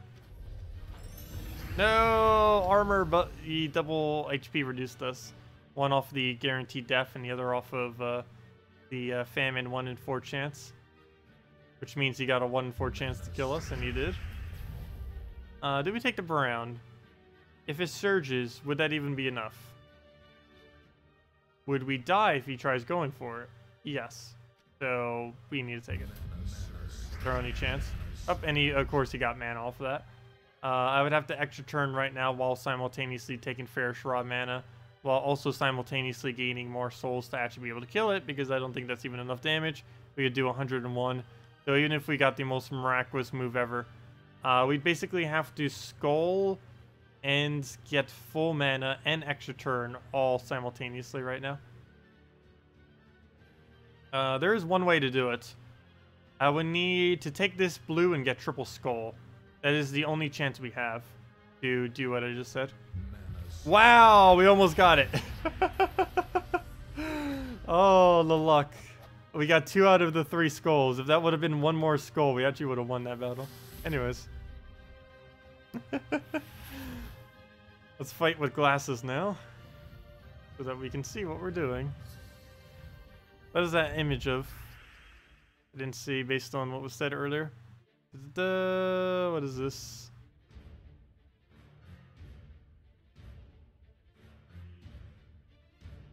I got a dead end. Link didn't work.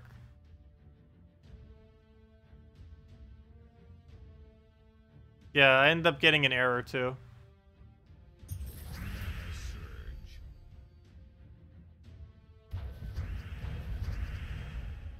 Yeah, I had the same problem earlier when using a link that was working properly fine earlier. But then when I copy-pasted the link again, it worked for whatever reason. I think it might just be an unneeded space that came in when copy-pasting it or something.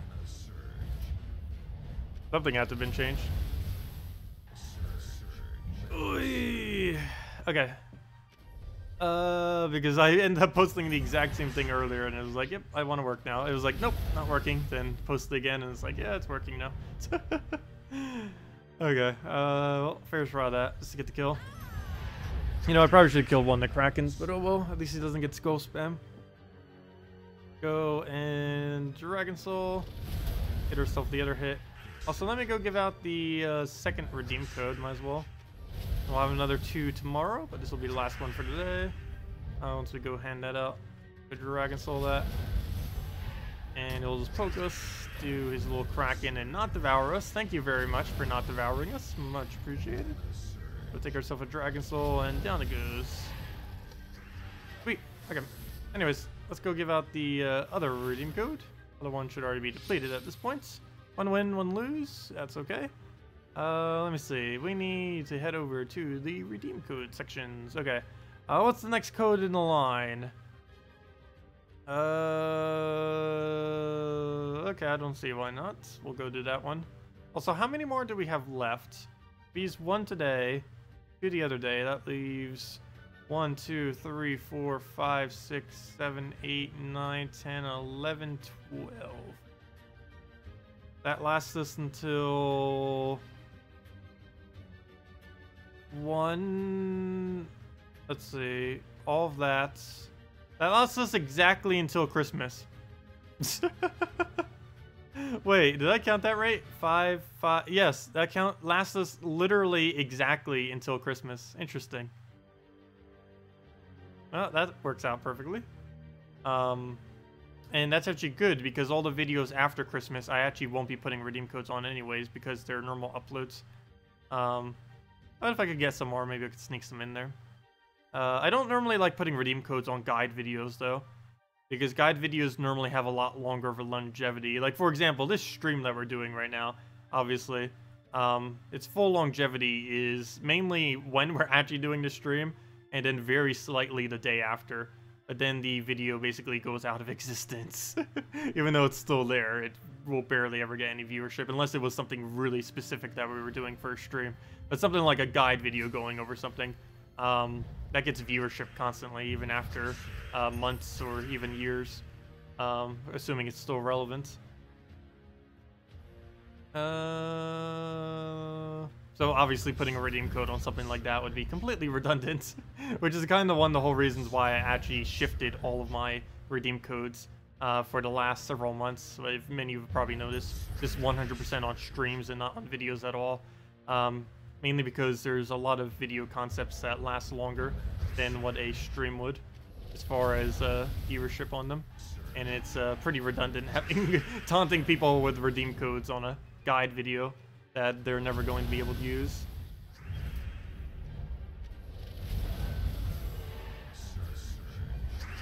What is the new Suncrest Epic next week? I have not double-checked the spoilers on it, so I actually do not know. I don't believe any spoilers have been mentioned on it. Let me go double-check real quick. It does, based on current information. It deals magic +3 damage, randomly split amongst enemies, boosted by yellow gems, summons a light storm. Its mana cost is 12. Its colors are red-yellow. Interesting. So a red-yellow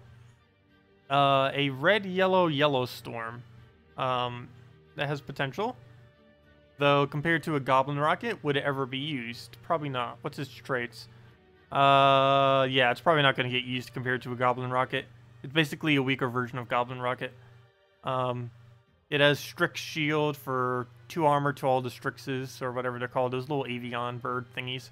It has armored, which is pretty useless. And it has air spirit, which is about the only thing it has that's going for it, but goblin rocket also has the +1. Also, it has a 1 higher mana cost than goblin rocket. I like how I compare every red yellow to goblin rocket. There's like 3 or 4 main troops that really get compared whenever any red yellow ever gets added. It's they get compared to Valkyrie, they get compared to goblin rocket, and then they get compared to either Garuda or Moloch. It's like the comparison for everything. And if any of them are weaker than any of that, they basically become useless. Same problem happens with green-purple. There are so many viable green-purple that they could make a green-purple stronger than most other colors, yet it would still not be used because there's such strong green-purple options that you wouldn't use anything else. Same as blue-purple. It's actually one of the reasons why I feel like the new legend isn't being used as much as well. There's just so many better blue purples out there. It's not that it's bad, the new troop that came in, the new legend. It's just that there's so many other amazing blue purples that you don't see it's used as much. It's also why Queen Grapple Pocket's used a lot. It's basically the only good green yellow. As far as AoE, it's the only green yellow that has a substantial amount of damage. The next closest thing is like Ranger or Orion. And Ranger's only early game, and Orion is way too random to ever bother with. Not to mention too weak as well. They buffed him at least 3 times now, and he's still useless. The only good thing about him is his 75% pierce. I wouldn't be... I don't think it would even be too broken in the current state of the game if they increased that to 100%. That used to be a trait, but it was changed because it was too unbalanced with everything that was within the game at the time. But with all the changes that they made since then, it actually wouldn't be too unbalanced to have 100% true damage on a troop. Let's see. It would definitely make attack reducers and entangles way more prevalent again. Oh, then again, entangles are already pretty prevalent. And technically attack reducers are too. Not directly, but Elma Grimm and Nobin Brothers are still used quite a bit. So speaking of attack reduction, also speaking of OP. No, actually she's not OP. Actually, goblins in general aren't really that over. Actually, you know what? She is kind of. It's mainly her trait. Like, her ability itself is decent, but there's other things that are pretty similar to it.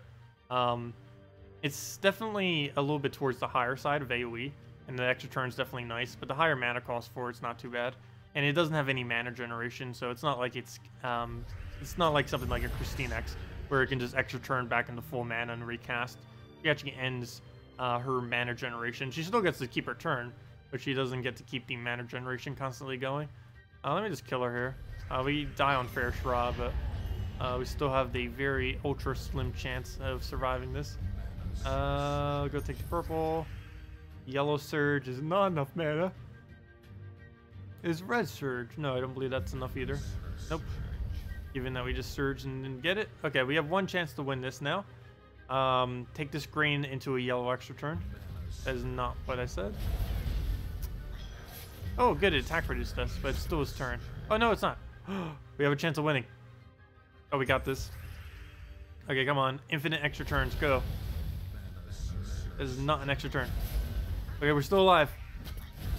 Okay, now we're not. All goblins. But yeah, her gaining 5 life to all goblins per turn, that is so ridiculously potent. You compare that to a Goblin King that starts with like 20 extra life and is so laughable. She gets 1 extra turn and she gets all the value of a Goblin King. Then every subsequent extra turn is just more value than a Goblin King. Are you gonna get crunked at a Christmas party? Oh, no. No. I don't drink or anything like that. Nope. It's just gonna be with some family and Well, assuming that we're going to it, he'll just be with some family and a couple other things. But yeah, I don't ever drink. Never. I go just throw Dragon Soul down. Get the Grigolpa going. And should we get a fair Shra in there? No, I need to get more souls so we can actually kill it. Oh wait, wasn't I about to go just give out a redeem code and then I didn't give out that redeem code and then we went on a tangent about talking about something else and now here we are like 10 minutes later not giving out the redeem code? Let me go do that. Hold up, let me go back and go do that. Pretty sure someone already mentioned in chat too and I somewhat overlooked it. But yeah, let me go do that. 1 second. Let's see. What else did I miss? Is there a Stormworks? Oh, that's what ended up distracting me. Someone asked about the new troop, and then I went to go see the new troop, and then we talked about it, and then we tangented again, and then here we are now. Hey, the dating thing is back. The spam bots. We got it again. Okay, but is there a storm that works for both sides? Yes, every storm works for both sides. There are a lot of times when you have Firestorm, but enemies explodes get not value from it. Is it luck or storm work the only? No, it works for both sides. It can come down to luck sometimes though, and it might feel like sometimes it doesn't. But yes, it does indeed work for the entire board. It's why they lose a turn as well, or it's why the timer at the bottom still ticks down a turn when your enemy does a turn as well. How come there's a bot without a nice sassy girl name? Carol is somewhat sassy, I guess.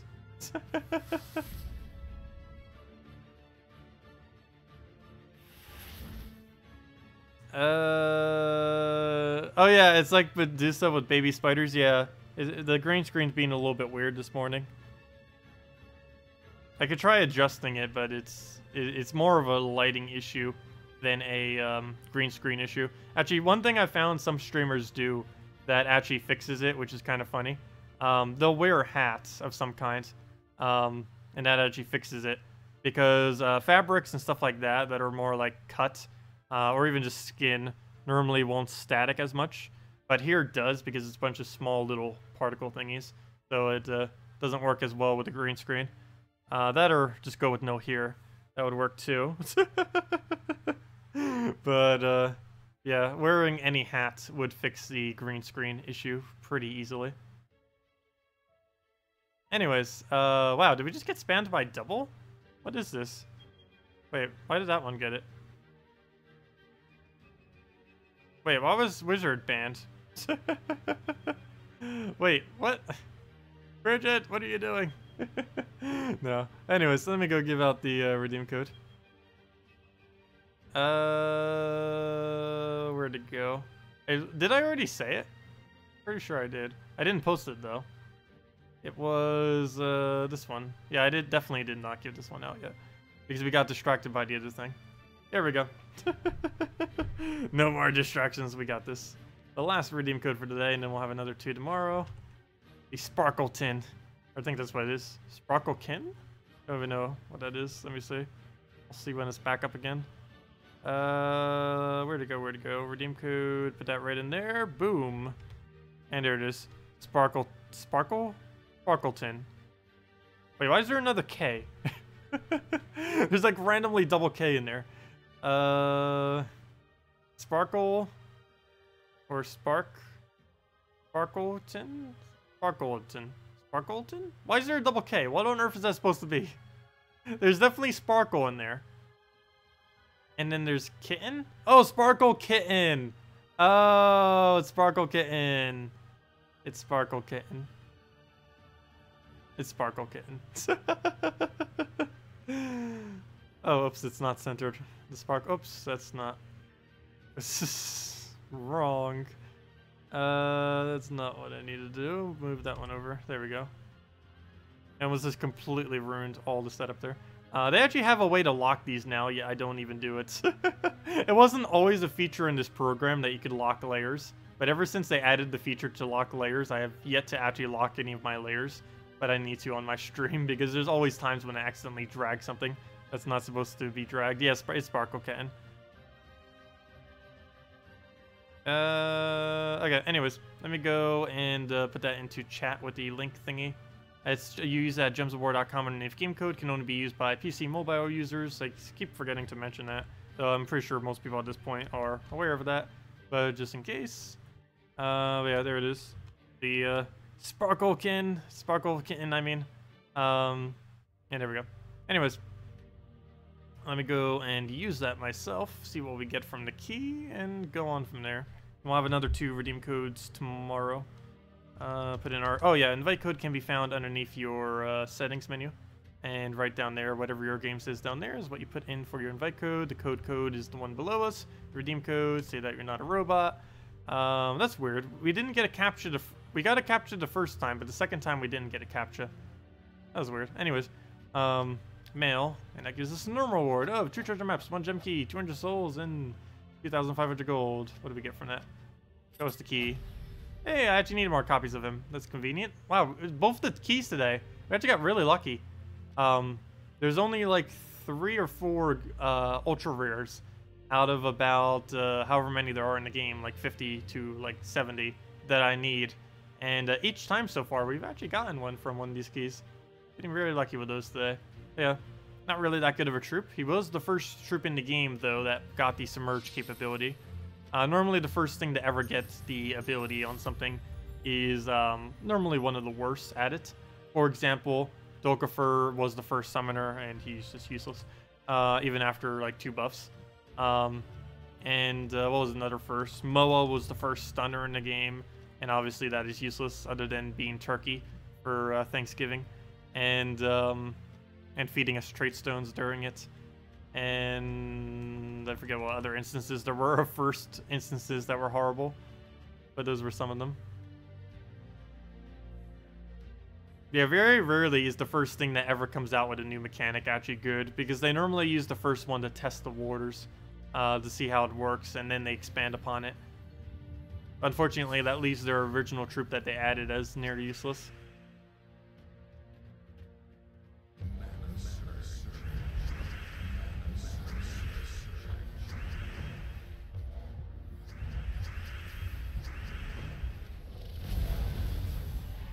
Check guild chat? Sure, what's up in guild chat? Oh, what is Bridget saying? I don't know. Hopefully you didn't get permabanned. Let me see. Is there a way I can unban? Let's see. Unblock. Aha! I have the power. Yeah, there we go.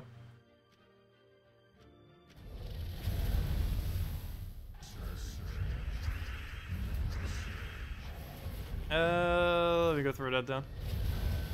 And get a Fairish Raw.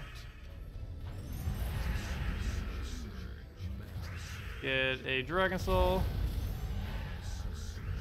And we'll just get a poke into the explosion.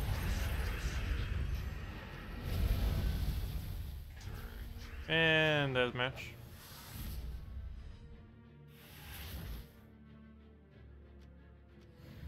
I wonder if my mods can unban too. I actually don't know for sure.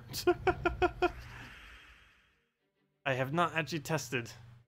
But one of them can probably mention. Okay, we'll go take the purple there. Up as I give him reds. Good job. Roth lives. Oh, you can unban. Okay, that works then. Sweet. I should probably go check everything that's on my ban list right now. I'm pretty sure almost all of them are bots. But I should just do like a complete wipe of every single person on my ban list right now, just in case. Because obviously those bots will not be coming back. They're different bots every single time. So really banning them only temporarily stops it. But there might have been people that have been banned in the past that may not have been banned.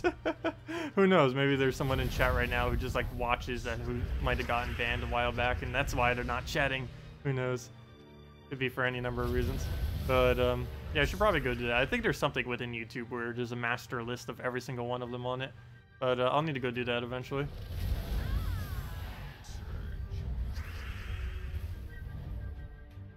Let's see. and then we'll just go for the poke there and as match. Well, none of my mods really abuse it, and any of them that are ever done like that are by accident.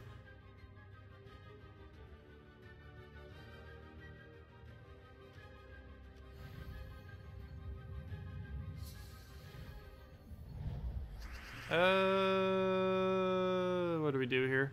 We'll go take a red into the purple. Take the purple, get that down, get a red, get a dragon soul, and we're pretty much good to go. Yeah, if anyone still has any questions, team builds you want me to do, anything of the such, feel free to leave them in chat.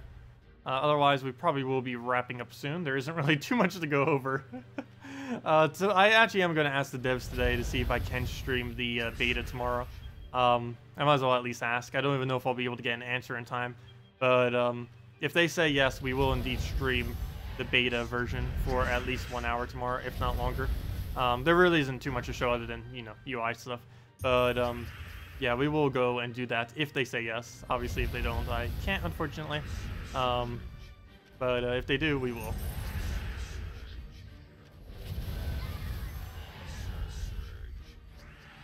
They've kind of already shown everything, so I don't see why I couldn't at this point. They pretty much just showed literally everything I could possibly show. So,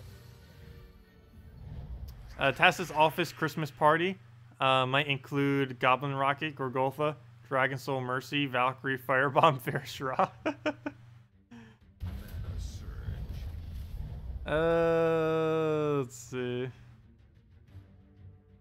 Yeah, no need to worry about it, Wizard, Roth, and Bridget.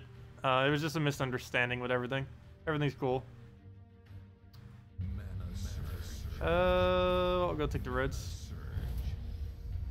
And what do we even need to do here? We'll go take the brown.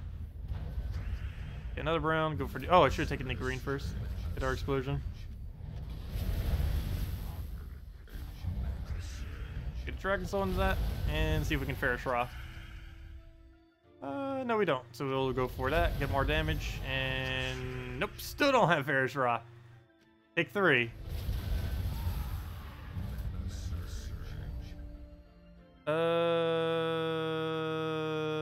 No, still don't have alignment.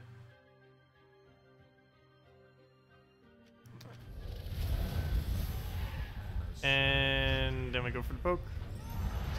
Dragon Soul. And another poke. And there we go.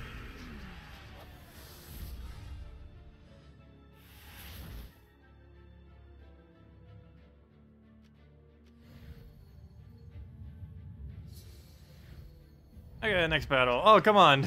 We get the alignment after we don't need it anymore. Actually, we can lose this pretty hard due to Spirit Fox. Probably a bad idea using this against Spirit Fox. Let's do challenge. Win with 4 jinxes. I guess that isn't too bad. There's definitely ones that could be worse than that. So sure, I guess we'll do it with 4. That might be a pretty annoying battle though. I might have to do it on a slightly lower battle, just so it's not mind-numbingly annoying. But, oops, speaking of that, I think I just lost already. Rip. Fail. I did not need to move like that. That was a pretty big mistake. Now we pretty much just lose the battle. I need red and purple really badly right now. No any chance of winning at this point. Oh, he's gonna double purple, which is actually gonna help us more than it's gonna help him. There we go, perfect. Wow, he actually saved us with that right there. Good job. Biggest save of the day by the enemy team for us. Wish we could get some alignment though. Ooh, we got the drain. You know what? We have enough to kill. We just kill it. Give it some purple, but it's better than leaving a Farish Ra alive. We'll go with that over. Dragon Soul. Poke for the kill. And I guess we'll just go for the purple. Oh, I could have taken the green first, but we still got full mana, so it doesn't really matter. This does seem to be a great Farish Ra PvP team. Any estimated time for the best team video? Ideally this weekend. I've been wanting to do it for a while now. and it keeps us getting pushed back due to other stuff. But yes, I am forcing. It will get done. There's nothing that is going to get in the way of it by the end of this weekend.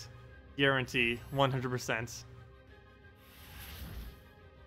Okay, anyways, let me go do, what was the most recent challenge? I guess we will do 4, what's it called? 4, what's it called? 4, jinxes. So let's go do that. Or not 4 jinx. Oh, wait, never mind. You said 4 jinx. I thought you said 4, what's that thing? The one with impervious. Or did you say that? No, war spinks. I thought for whatever reason you said 4 war spinks. 4 jinxes. Does jinx still stack? Is the question with that, though. I've heard people say that it doesn't anymore. Though, I believe it does. I actually don't know. Let's see. What do we have to even choose from as jinx these days? Arena seems decent. What else do we have? Oh, wow. Well, then. Well, we have plenty of purple. What do we use it with, though? I guess we try getting lucky with Kurthurlix and throw his randomness all over the place. Such a bad ability, though. I'd almost feel better doing a hag, which is also useless. The problem is there's nothing good under this color. I might as well just go, like, spam Nobbin Brothers. Like, Nobbin Brother, Nobbin Brother, Nobbin Brother, Nobbin Brother. I'm not even kidding. That's oh, okay, you know what? Let's get a peasant in there. Peasant OP. And just to cover colors, let's go put a hag. There we go. Perfect team right there. Look at how OP that team is. Most powerful team you've ever seen. New meta right here. Let's go brown red if I can find where on earth that is, and let's get into it. Okay, let's see how many seconds it takes to lose. Now we actually can win. That'd be funny if I lose. We are literally up against the exact same battle. We lost this like what, 1 or 2 battles ago. Watch us win. Using whatever on earth is what we're using right now. That'd be really funny. But sometimes we have somehow we have hag at full mana. Just goes right for the drain on it, but gives us a skull.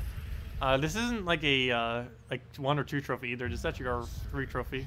Full difficult battle that we end up losing on. The exact same team earlier. Though I don't think it had a wisp, but still. Or maybe it did have a wisp, but I don't remember exactly what the variant was they was using. But it was still the same Scion, Spirit Fox, Queen Mab combo. We have not been getting lucky with peasants lately. Really bad casts on the board for him. Okay, I need to do something about that. We have a 1 in, I believe, 10 chance that this will silence. Oh, duh. You can't silence it. Well, that had a 0% chance of doing anything useful. Hey, you know what? We can get a double right here. We can get the skull into the poke. Oh, Deathmark actually killed it on the first possible turn. We got this. Now, if we could just do that 3 more times. Okay. Well, biggest threat actually neutralized. We'll go take the brown to red, get another double. Actually, we got a triple there. Didn't see the other one. Off the yellow. Actually, I didn't need the yellow, so I guess we technically didn't get anything out of it. Oh, Queen Mab is going to be the end of us. I don't think I have enough to take that out. Let me go use this because it's about to die. We don't get an extra turn, but we did land it, so actually we do get an extra turn. There's a swipe that we can do down there with a peasant, though we don't actually need it because we will lose it due to freeze. And it goes for the hag again. We're not frozen on purple, so we can go for that. It does look like we're about to lose, though. I have no way to deal with Queen Mab. She's all the way in the back, and she's just going to kill us. I'm frozen, so I can't even take that, so she's going to have enough damage soon as well. I guess I could drop the green so we get a hag. Hag's not that useful, though. Can we go for brown surge? You know what? Yeah, I think that's our only chance. And I need to get the other guy up, too. I need him to cleanse next turn. Ah, he just got refrozen. And died. Well, that doesn't help, too. That doesn't help either. Okay, well, we'll go take a brown surge, I guess. Actually, we could pitchfork into 2 mana if we could find a way to cascade into purple. Or yellow. I mean green. So I'll get the colors right eventually. Yeah, we could do it right here. I'll give us full mana. We could try for the green, which I missed, but oh well. I need this to hit extra turn explosion. Damage, not really what I need. Didn't get the brown. He'll Spirit Fox, and that's pretty much the end of us. Though we do get that. Only problem though is it's just gonna feed Queen Mab even more damage. How much is that up to? 27.6. That is 33. So I can't take my double mana. I would have to wait on that. Let me go take some blues then. Oh no! 1 HP. Never mind. We got this. 1 HP and 4 HP. That's all we need. How do we play this? Come on, peasants. Your life depends on it. You need to somehow block 3 different Skull Pierce from occurring. That or get the most amazing extra turn ever.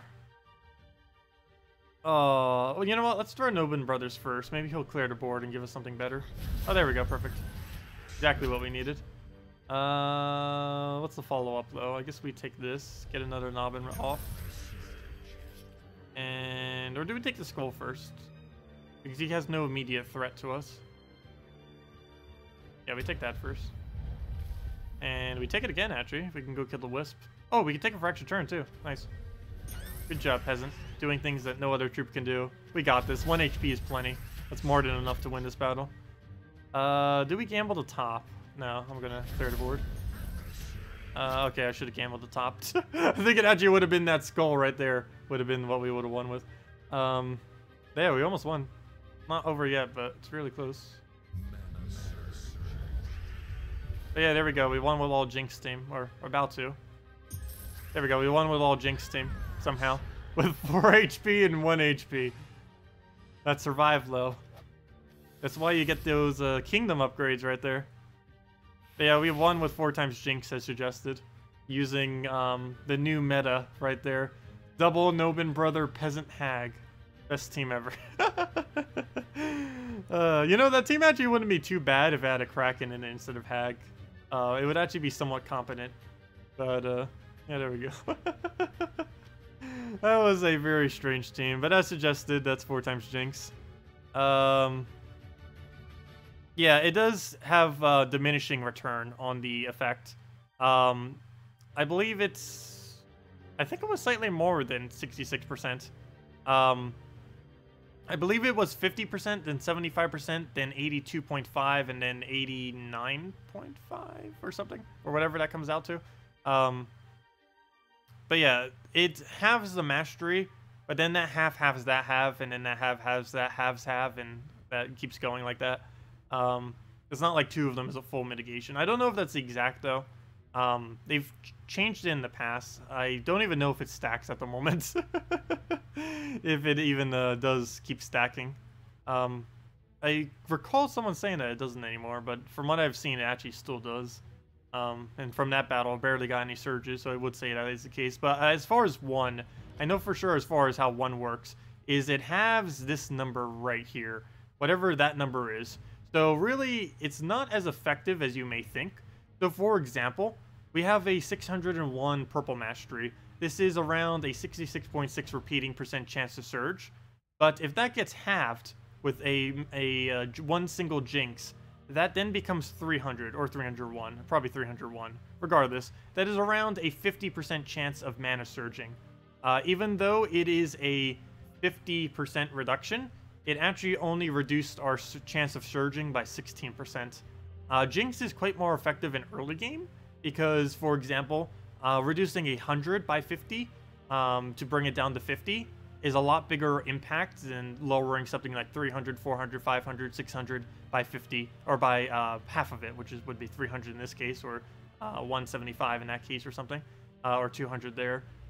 It's a lot less effective later in the game, essentially, which is why you don't really see Jinx spam. That, and there's nothing to Jinx spam with anymore. It used to be done with Famine, particularly Double Famine, but Famine no longer has Jinx, and basically no good troop in the entire game really has Jinx anymore.